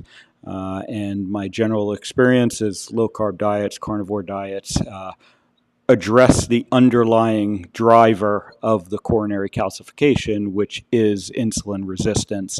And so we address that, and the calcification tends to stop progressing. Thank you, Dr. O. This is from David. My dad is 75. He has Still's disease, generally whole food diet, and also a beer drinker. Can carnivore help? And thoughts on starting carnivore for an older person set in his ways? Dr. Baker. Okay. This is kind of my pat answer. I can't say I've seen any with Still's disease do carnivore diet. However, good nutrition is always beneficial. I'll say that. I don't care if it's a genetic disease. I don't care if it's cancer. I don't care if it's anything. And there is no age restriction to carnivore. I've seen people literally in their 90s improve significantly. So the short answer is, yes, it could be potentially beneficial. I don't see any reason to, any contraindication based on his age or condition that would preclude him from doing carnivore. Dr. Baker, is there a condition that we shouldn't do carnivore?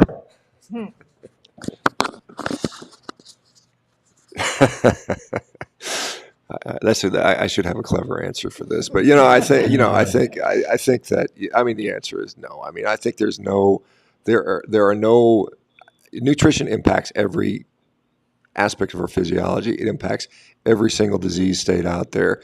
Good nutrition is good nutrition. It's basically as simple as that. Now, I can make a joke about veganism, but the cure for veganism is obviously a steak, and that's one of those things that that's the safe thing about it, that there is a cure for that. But I don't know, maybe Dr.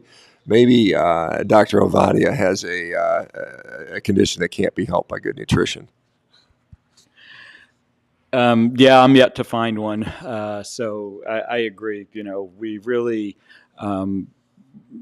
The point of a carnivore diet is you're getting the most nutrient-dense, bioavailable food source to us as humans. And so how could that possibly be harmful is really my answer to that. And I guess I'm still looking. I'm always, I think as physicians, we're always looking for what we might be wrong about. And in the case of carnivore, I'm yet to find that condition that it's not at least worth trying. And it may not be a miracle cure. it may not cure everything, but I think it's a foundation upon which we can build good health ultimately. Awesome. What do you guys think? Share your thoughts in the live chat, please. Okay, let's keep going. For everyone to answer quickly.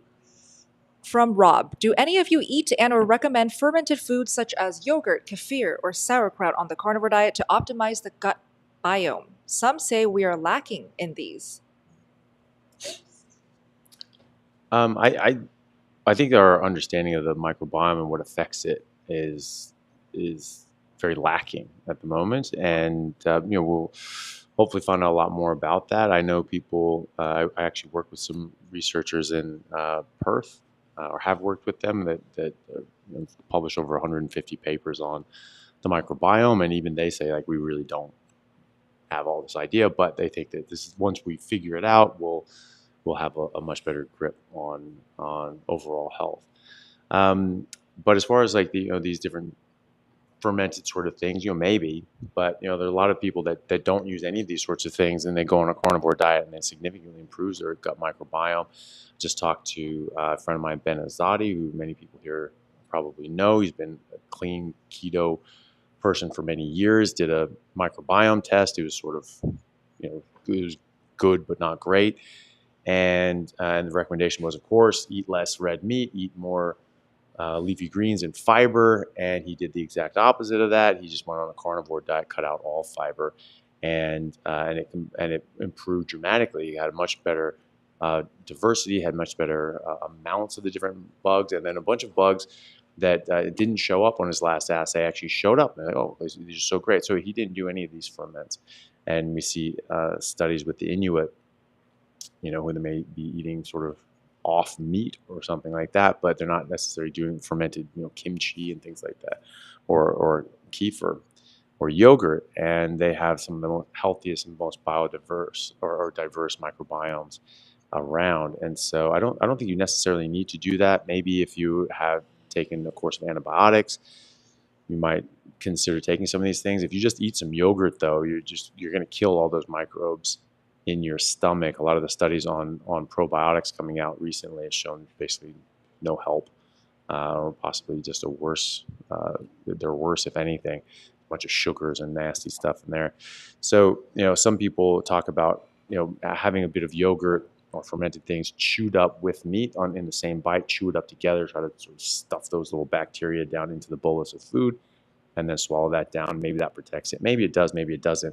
Also, we have bacteria in our mouth, and we're going to seed our gut bacteria with our oral bacteria. That's probably where some of these things are coming from. You're chewing up your food and some of these bacteria getting in there. We have a different oral biome on a carnivore diet, remarkably different oral biome on a carnivore diet than you do on a normal plant-based diet with a bunch of carbohydrates. You cultivate different bugs, and this is why we typically don't get cavities either. And so if you have a different oral biome, you're going to have a different intestinal biome as well. And so I think it just really just takes care of itself, honestly.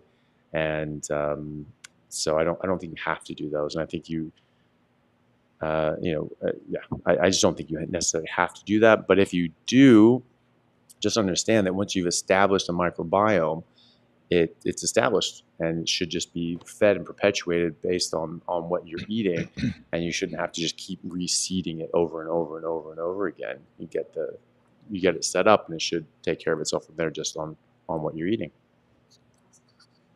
How about you, Dante? Do you eat any fermented foods? No, and I have, excuse me, I haven't really been interested in investigating it, because everything that I've experimented with, because I'm on lion diet for those gut healing reasons, it seems like everything I've tried has been a problem. So I don't have a desire to experiment with that. But I will say that one of these companies that sells probiotics reached out to me one time and wanted me to try their products. So I've done several tests with their gut biome feature, and everything always comes out great as far as what they say is a good gut biome. I was looking at it had a symptom score where the higher the number, the less symptoms you have of any problems. And mine was above the community range, which was 61 to 91%. Mine was 96%. And this was after just over 2 years of eating this way. So yet they still wanted me to try their product. They said they got a perfect product just for me. I have a feeling it's the same product that everybody gets. And I even tried it out for a couple of months. I saw no difference whatsoever. Now, I haven't tried the fermented vegetables. Like Dr. Chaffee said, there may be something to it. Like Dr. Omara seems to really be hot on fermented vegetables. They may be great for him. They may be great for some people. I don't know that this whole gut biome thing is going to play out to prove anything in that area, but I'm sure there is a factor with that gut biome issue. It's just we haven't figured it out yet. So I haven't seen a need for it myself. The microbes are everywhere. That doesn't mean they're good for us. If they're in an open wound, they're deadly. If they're in our bloodstream or any other organ of our body, they're deadly, harmful. We're selling another drug, probiotics, prebiotics, never been proven. But when a pharmaceutical company or a supplement company is trying to convince us they're important, obviously the microbes are likely one of the biggest killers and causes of disease within us, and they start in the gut.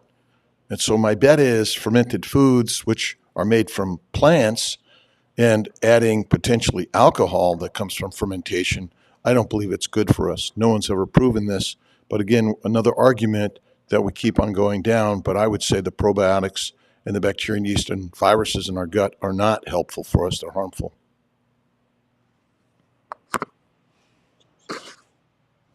I'll just add quickly that I've had yogurt from time to time. I don't eat sauerkraut or any. I think first of all it tastes disgusting, but the other thing is, if you're for some reason compelled to consume some sort of vegetation, it may be arguably that if it's pre-fermented, it'll be less likely to ferment in your gut, so you'll have less of that. So it may be less harmful to you in that capacity.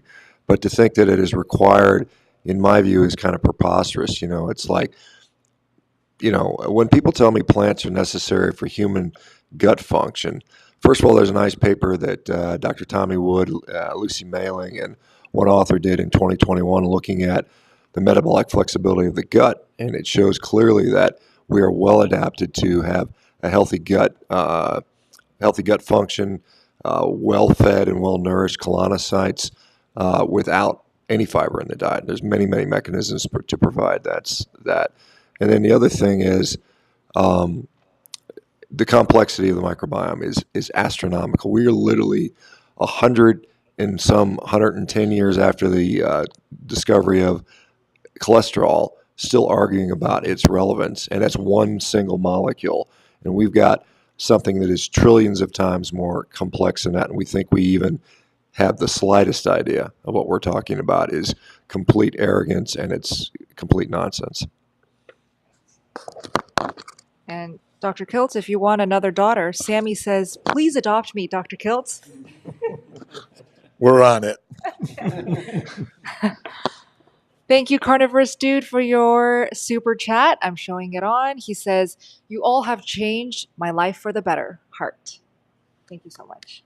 We love you. Yes. Hola. For Dr. Anthony Chaffee, I lost 7 kg in 10 months on a strict lion carnivore diet. 6 months before was keto and lost hair. LDL went from 1.8 to 5. No carbs, almost. 5-kilometer walks, 72-hour fast twice a month, and no fat loss. Stall.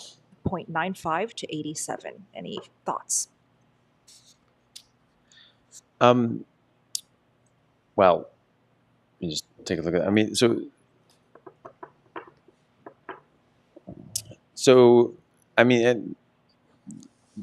there are a lot of reasons why you could have a weight loss stall.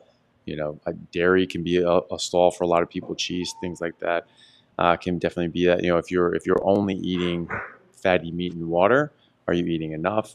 People sometimes fast, sometimes too much. When you're fasting, what are you telling your body? Body's just getting inputs. You don't have this intelligence sitting in the back of your metabolism going, oh, they just want to lose some weight, so we'll do that. No animal will not eat their optimal food if it's sitting there in front of them and they're hungry.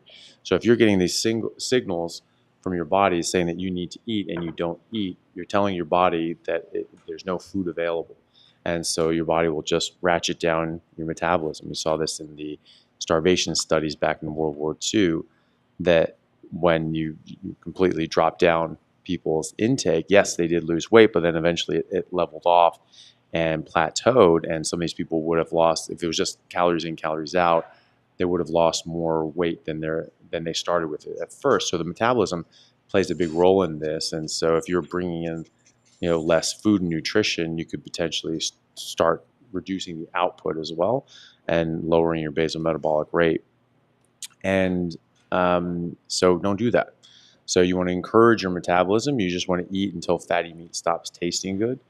You want to exercise. You want to lift weights if you can, sprint if possible, and then just eat appropriately. Also remember that if you are exercising, you are going to put on muscle, and muscle is going to offset the weight that you're losing. So sometimes people get into a stall and they're actually not in a stall because they're just exercising, and they're replacing the fat that they're losing with the muscle that they're gaining. And this is very, very common. I did this. I lost 23 pounds just dropping vegetables. I was already ketogenic, just by happenstance. And I lost 23 pounds in 10 days, just dropping vegetables and eating more meat. And then I stayed the exact same weight for several months because I was exercising a lot, and I was just replacing the fat I was losing with the muscle I was gaining. So remember that as well. So eat enough, exercise, make sure that you're only eating meat and water, and then look at how your clothes are fitting, check out your body composition, and just always remember that this is most importantly about your health and how you're doing from a health perspective. Very distant second, it's about your body composition, so your fat and to lean body mass ratio, and nowhere on there is the scale, is how much you weigh, because that is not reflective of your body composition or your health. So that's really not something you want to really get hung up on. And then just give it time. Just keep going with it. Don't worry too much about it. You're still early days, 6 months. How long have you been doing carnivore for? 10 months. Yeah, 10 months. 10 months on strict carnivore. Just keep going. This is a lifelong thing. You got to think about this as a way of life. You're just, you're just eating to be healthy for the rest of your life. And, the weight will come, fat will take care of itself. Just focus on your health, focus on eating right, exercising, and just enjoy your life. Don't be too hung up on just the scale. And take progress pics. I always like to recommend people take progress pics because that's one thing that I wish I did more of. I wish I took progress pics. When I first started carnivore, I gained 25 pounds and I was so embarrassed. I was like, this is the wrong path for me, but I feel so good. So what do? I wish I took progress pics to see how my body morphed. And I know, Lindy, you always say you wish you took more progress pics, but thank goodness you have some of your face. I think you guys won't regret it if you take progress pics like once every 2 to 3 weeks, and it's just for your eyes only. You don't have to share it. It's a much better marker of measuring progress. Did you want to say something, Todd? No, I definitely agree with that. I thought I stalled for about 7 months through the winter, and I was sitting there thinking through 7 months through the winter that I wasn't making progress, and Adam actually put a short out of a video that me and him had done about 7 months earlier. And then I saw it, and I was like, holy crap, no, I was just composition changes, because I still have a couple changes, but I had about 4 more in that video.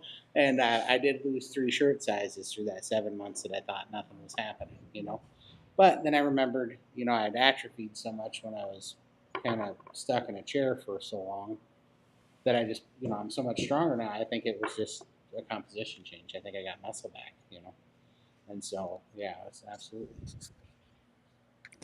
Can I comment real quick on the hair loss concern? Yes, please, Dante. Yes, I get that question a lot, especially when people see my before and after pics. This was the choice. When I started Lion Diet, it was right at the end of 2020, It was January 14th of 2021, actually. Just happened to be Carnivore Month. I don't even know if we were doing Carnivore Month back then, but to me, it'll always be Carnivore Month anyway. But in 2020, I was working as the administrator at a retirement home. I didn't get to see my barber for a year. And I figured, well, since I'm not getting my hair cut anyway, I'll just grow it out and give it to children with hair loss was my plan at the end of whatever was going on. I just didn't think it was going to go on as long as it did. So my early pictures, you see all this hair. And then I was also wearing a full beard. And I know now, I can admit it now. I couldn't admit it back then. I was hiding behind that beard. So once I started to get my body where I wanted to be, I said, why am I hiding? I don't want my hair long anyway. That was just a short-term thing. And I was losing hair here as early as 12 years before I started doing this. And this area was already going back from my 20s. So I had always said, if I ever started to lose my hair, I'm just going to shave it off. But I wasn't willing to do that when I started to notice I was really losing my hair because I was still hiding behind it.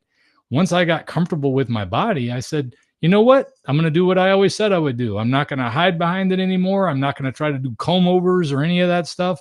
I'm just going to shave it off and be happy. I'm 51 years old, and I would expect I would probably have a little hair loss, especially with the diet that I had before this, and I did have. And it wasn't because of this diet that I went from having all the hair you see in the beginning picture to losing this, except for the way it changed my attitude about my hair. I have seen comments, by the way, on my YouTube channel. Everybody in the world, it's 50-50. They're either saying they lost their hair because of it or their hair got thicker and darker and everything else because of it. So the thing is, it's all over the scale. And I think it has more to do with other factors as to whether or not you're losing hair. Now, there may be some hair loss because of bad food that you're eating, but I don't think it has anything to do with eating lion diet or carnivore diet of any kind. I started going bald when I was 18 years old, and I went bald. By the time I was like 21, completely gone. And I started growing hair back. Now, I still completely shave it because it's unsettling, because I look like a 41-year-old newborn kid growing hair now because it's growing back, and I don't like to see it.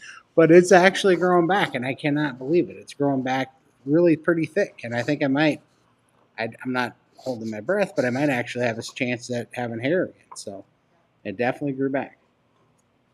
Awesome. Just on the hair loss thing, this is something that some people experience, and it sort of maybe triggers like a fallout phase that people have sort of theorized that, you go into a ketogenic state and that can trigger a fallout phase. It certainly seems to be something that people notice sometimes. But typically what happens, as long as you're not, there are reasons for hair loss. There are other reasons for hair loss, hypothyroidism, nutritional deficiencies, things like that. But, barring those, if you've addressed those or if they don't have those, typically these things, they grow back. And that's what I find in people. They grow back quite a lot more thickly, maybe possibly not more hairs, but potentially thicker hairs. They sort of fall out and then regrow. And then some people, like Todd, regrows. My brother had sort of thinning hair after a couple of months on carnivore. It was all filled back in. He was like a teenager again. He had like hair model hair. It was just ridiculous. So he came back with and now he didn't get a fallout phase, but he actually did regrow hair. And so that's what some people notice as well. So some people can notice a bit of a fallout, but then they typically find that it comes back if it does fall out and they don't have any of those thyroid issues or nutritional deficiencies. That's something that, Elle, my girlfriend, she works in the hair industry, and she notices a lot with people, and then she works on their hair and she notices like all these like new hairs coming back in. So that's something very typical that she finds when her clients go on a carnivore diet. Let us know, have you noticed hair loss, hair growth, changes in hair when you went carnivore? Put it in the chat box. Also, I want to give Dr. Chaffee's 30-day carnivore challenge a plug. I'm going to put the website on the screen right now. It is an excellent place for very intimate, tailored coaching. Okay, so talk about it, Dr. Chaffee. Yeah. Okay. Yeah. So it's just called howtocarnivore.com, and we just start it every month. It just starts on the first of the month, and we have a lot of different courses and modules that people can go through when they're just getting started on a carnivore diet, and to give people added support and sort of a path forward on what we think are important things to know about when you get started on a carnivore diet. There's also a lot of groups that people can talk to others and get support from. There's a lot of returning members and veterans that have a lot of experience in this, and they can help in the chat. Then we have weekly call-ins and Q&As. First one will be tomorrow, and people get to ask questions. Say, hey, I'm having this problem, or this issue, and can you give me some advice? And we just talk about it. So, it thankfully seems to be something that people find beneficial and useful. And so, if that's something that people think that they need an extra hand with, then that's available. I do try to make all my videos available for free, and so I want people to be able to access all this information without having to pay for it. And so my YouTube channel is open to everyone. I don't have anything behind a paywall. I have a playlist called Getting Started on a Carnivore Diet, where I think if you just watch all those, you probably get a pretty good idea on how to do this. And you don't need all this, but if you do need some added support and extra help and a sense of the community and other people around you, you don't feel like a crazy person just doing this all on your own, that's something to think about and something that hopefully can help you. There's also free ones on Facebook, like free communities like Zeroing In on Health and Zero Carb Health. I find that those are excellent, and you have a lot of people that can help you and support you and make you not feel as crazy as maybe your family does. So awesome. Check it out, howtocarnivore.com. And everybody's free videos, everybody's YouTube channels are linked down below in the description box. So, panelists, we are now over 5,000 live members watching. Do you guys want to continue, or did you want to wrap up? I know it's getting late. It's 10:50 p.m. where we are right here, by the way. Dr. Kiltz, Dr. Baker, what do you think? 10 minutes? Yeah, that sounds good. Okay, 10 minutes. I've got 3 talks to do tomorrow. Yeah. So, yeah. 10 minutes. Yes. Thank you so much. And Dante, thank you so much for staying with us. Okay, we will do rapid fire. Let's just do Glad it to be here. quickly. Yeah, thank you, Dante. This is from, let's see where we left off here. Vitali. Low on lipase enzyme. How do I fix it? Thank you. Dr. Baker? I'm curious how they know they're low on lipase. First of all, I mean, where did that come from? So, assuming you are low on lipase, lipase is produced by the pancreas. If there's some sort of, I don't know, a duct obstruction, I'm just trying to imagine what could be causing low lipase. Pancreatitis is often the overexpression of lipase, and that can cause problems. There are pancreatic enzymes that you can take as supplements. If maybe what I'm expecting is you're self-diagnosing yourself based on fat malabsorption, and it may just be that you have to be cautious about how much fat you consume in one setting. You might have to dial back things like rendered fat, because those tend to be I think ushered through the gastrointestinal from the stomach into the duodenum a little more rapidly than whole unrendered fat. So I would steer away perhaps from rendered fats. I would stick to whole fats, and I would consider just portioning your meals a bit smaller. Maybe having, instead of 2 meals, go to 3, 4, 5 meals, whatever it takes. But beyond that, I'd like to know how this was diagnosed, because I'm suspicious it was kind of just a guess. Okay, let's keep going. This is from Wendy. For Dr. Kiltz, how bad is it to have a small orange or a bit of dark chocolate with a meal? Will that knock you out of ketosis? I don't recommend it every day, but I think if you had it once a month, it probably isn't going to harm you of any significance. But adding sugars will affect your ketosis because it increase glucose levels. So that's an effect on being in ketosis. Perfect. Steven. Let me just add to that real quick. Sorry, rapid fire. But one thing we do see with people wearing CGMs, we'll see these sometimes these indulgences in sugars and things like that will literally impact their blood glucose stability for a couple days afterwards. So it's just, sometimes these effects are fairly long lasting. And so just be mindful of that. And again, it's perfection is perhaps not attainable for most people. You do the best you can. I certainly don't recommend people do that. But if it happens, it happens. Okay, great. Let's keep going. This is from Steven. Hi, I've been on carnivore for a few months, but I have not been able to cut out. Oh, we've already done this one. Let's keep going. Oh, this is for Dr. Chaffee or Dr. Baker. Carnivore for a year on Monday. I've been eating 22 to 26 ounce ribeye, salt, and water. Had numbness in my toes and got a B12 folate test. I found folate was at 2.6. What do I do? Well, didn't really say what the B12 was. Don't know if that's in there, but typically the B12 ranges are way too low. So I mean, but these averages, not everybody realizes the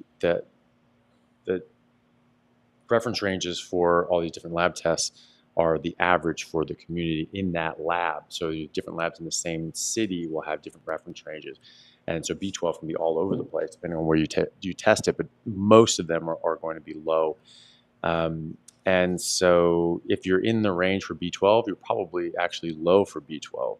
You're not on the high end of that or even higher. Folate being a bit low, again, I mean, there's no units here, so we don't know where you are exactly, but I'm assuming that's in units I know about, which would be a bit low for folate. Add in liver. The liver has plenty of folate, plenty of B12. That will cover both of those issues. And if you have some sort of like numbness or neuropathy due to a B12 or folate deficiency, that should sort that out. But it's certainly not the only thing that can cause numbness in your toes. So just be aware of that. But really, at the end of the day, just add liver. All right, let's keep going. This is from Good Health. Hi, everyone. Thanks for all that you do. I'm carnivore nearly 2 years. I've lost 19 kg, gout-free, but I'm struggling with twitching calves, finger, big toe, cramps, and constipation. Eating very fatty salted meat. Any thoughts would be much appreciated. Let's start with Dr. Baker. Somebody else chance or? Sure. Dr. Kiltz. I'll go Dr. Kiltz here. So what was that? It was So she has cramping and constipation. well, constipation is bloating and pain and feels like you got to go, but you're not. So I always question our definition because on carnivore, you go less frequently, and many people consider that constipation, which I don't think it is. But that's when you probably want to add more fat, and that will help tremendously. And then mineral salts, I think, are very good. Magnesium could be very helpful for many people. And stretching and red light therapy, get out in the sun and get walking. Yep, great tips. Yep, this is for Kerry. Thank you to everyone on this panel, and especially to Kerry for starting the Healing Humanity documentary. Any thoughts? Oh, thank you so much. There's so many important stories out there that need to be told, and really appreciate all the support of the community. We couldn't be doing it without you all. Okay, my friend has xanthelasma. Will carnivore help, Dr. O?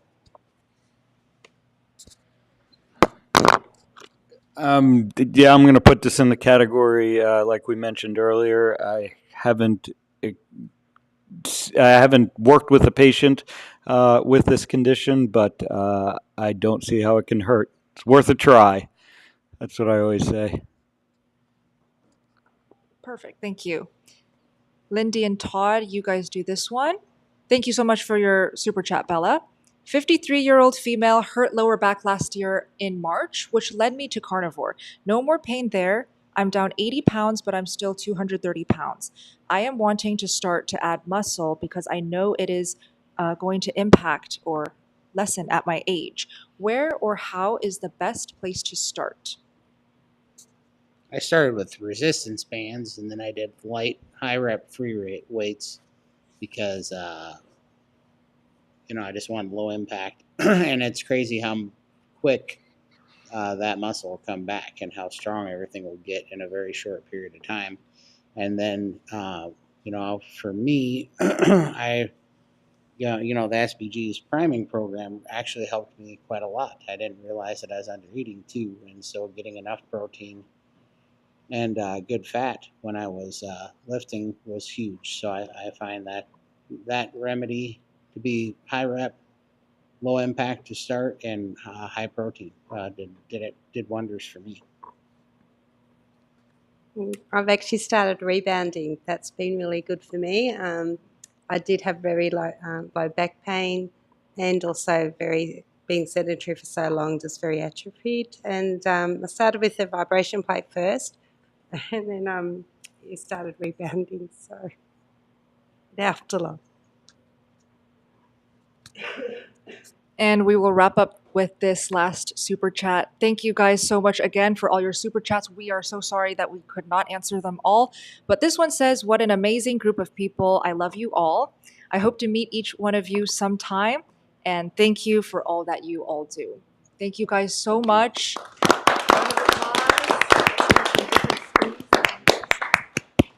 Feel free to express your gratitude in the chat box. We love you guys and have a beautiful night. Don't forget to hit like and follow everyone in the description box. Everybody, let's hold up our Carnivore Crisps. One more shout out to our sponsor. Thank you so much. Check them out. Discount code EAT MEAT. Yum. Eat meat, be the best. Eat meat. Description box down below. Thank you, Dante. Love you. Good night.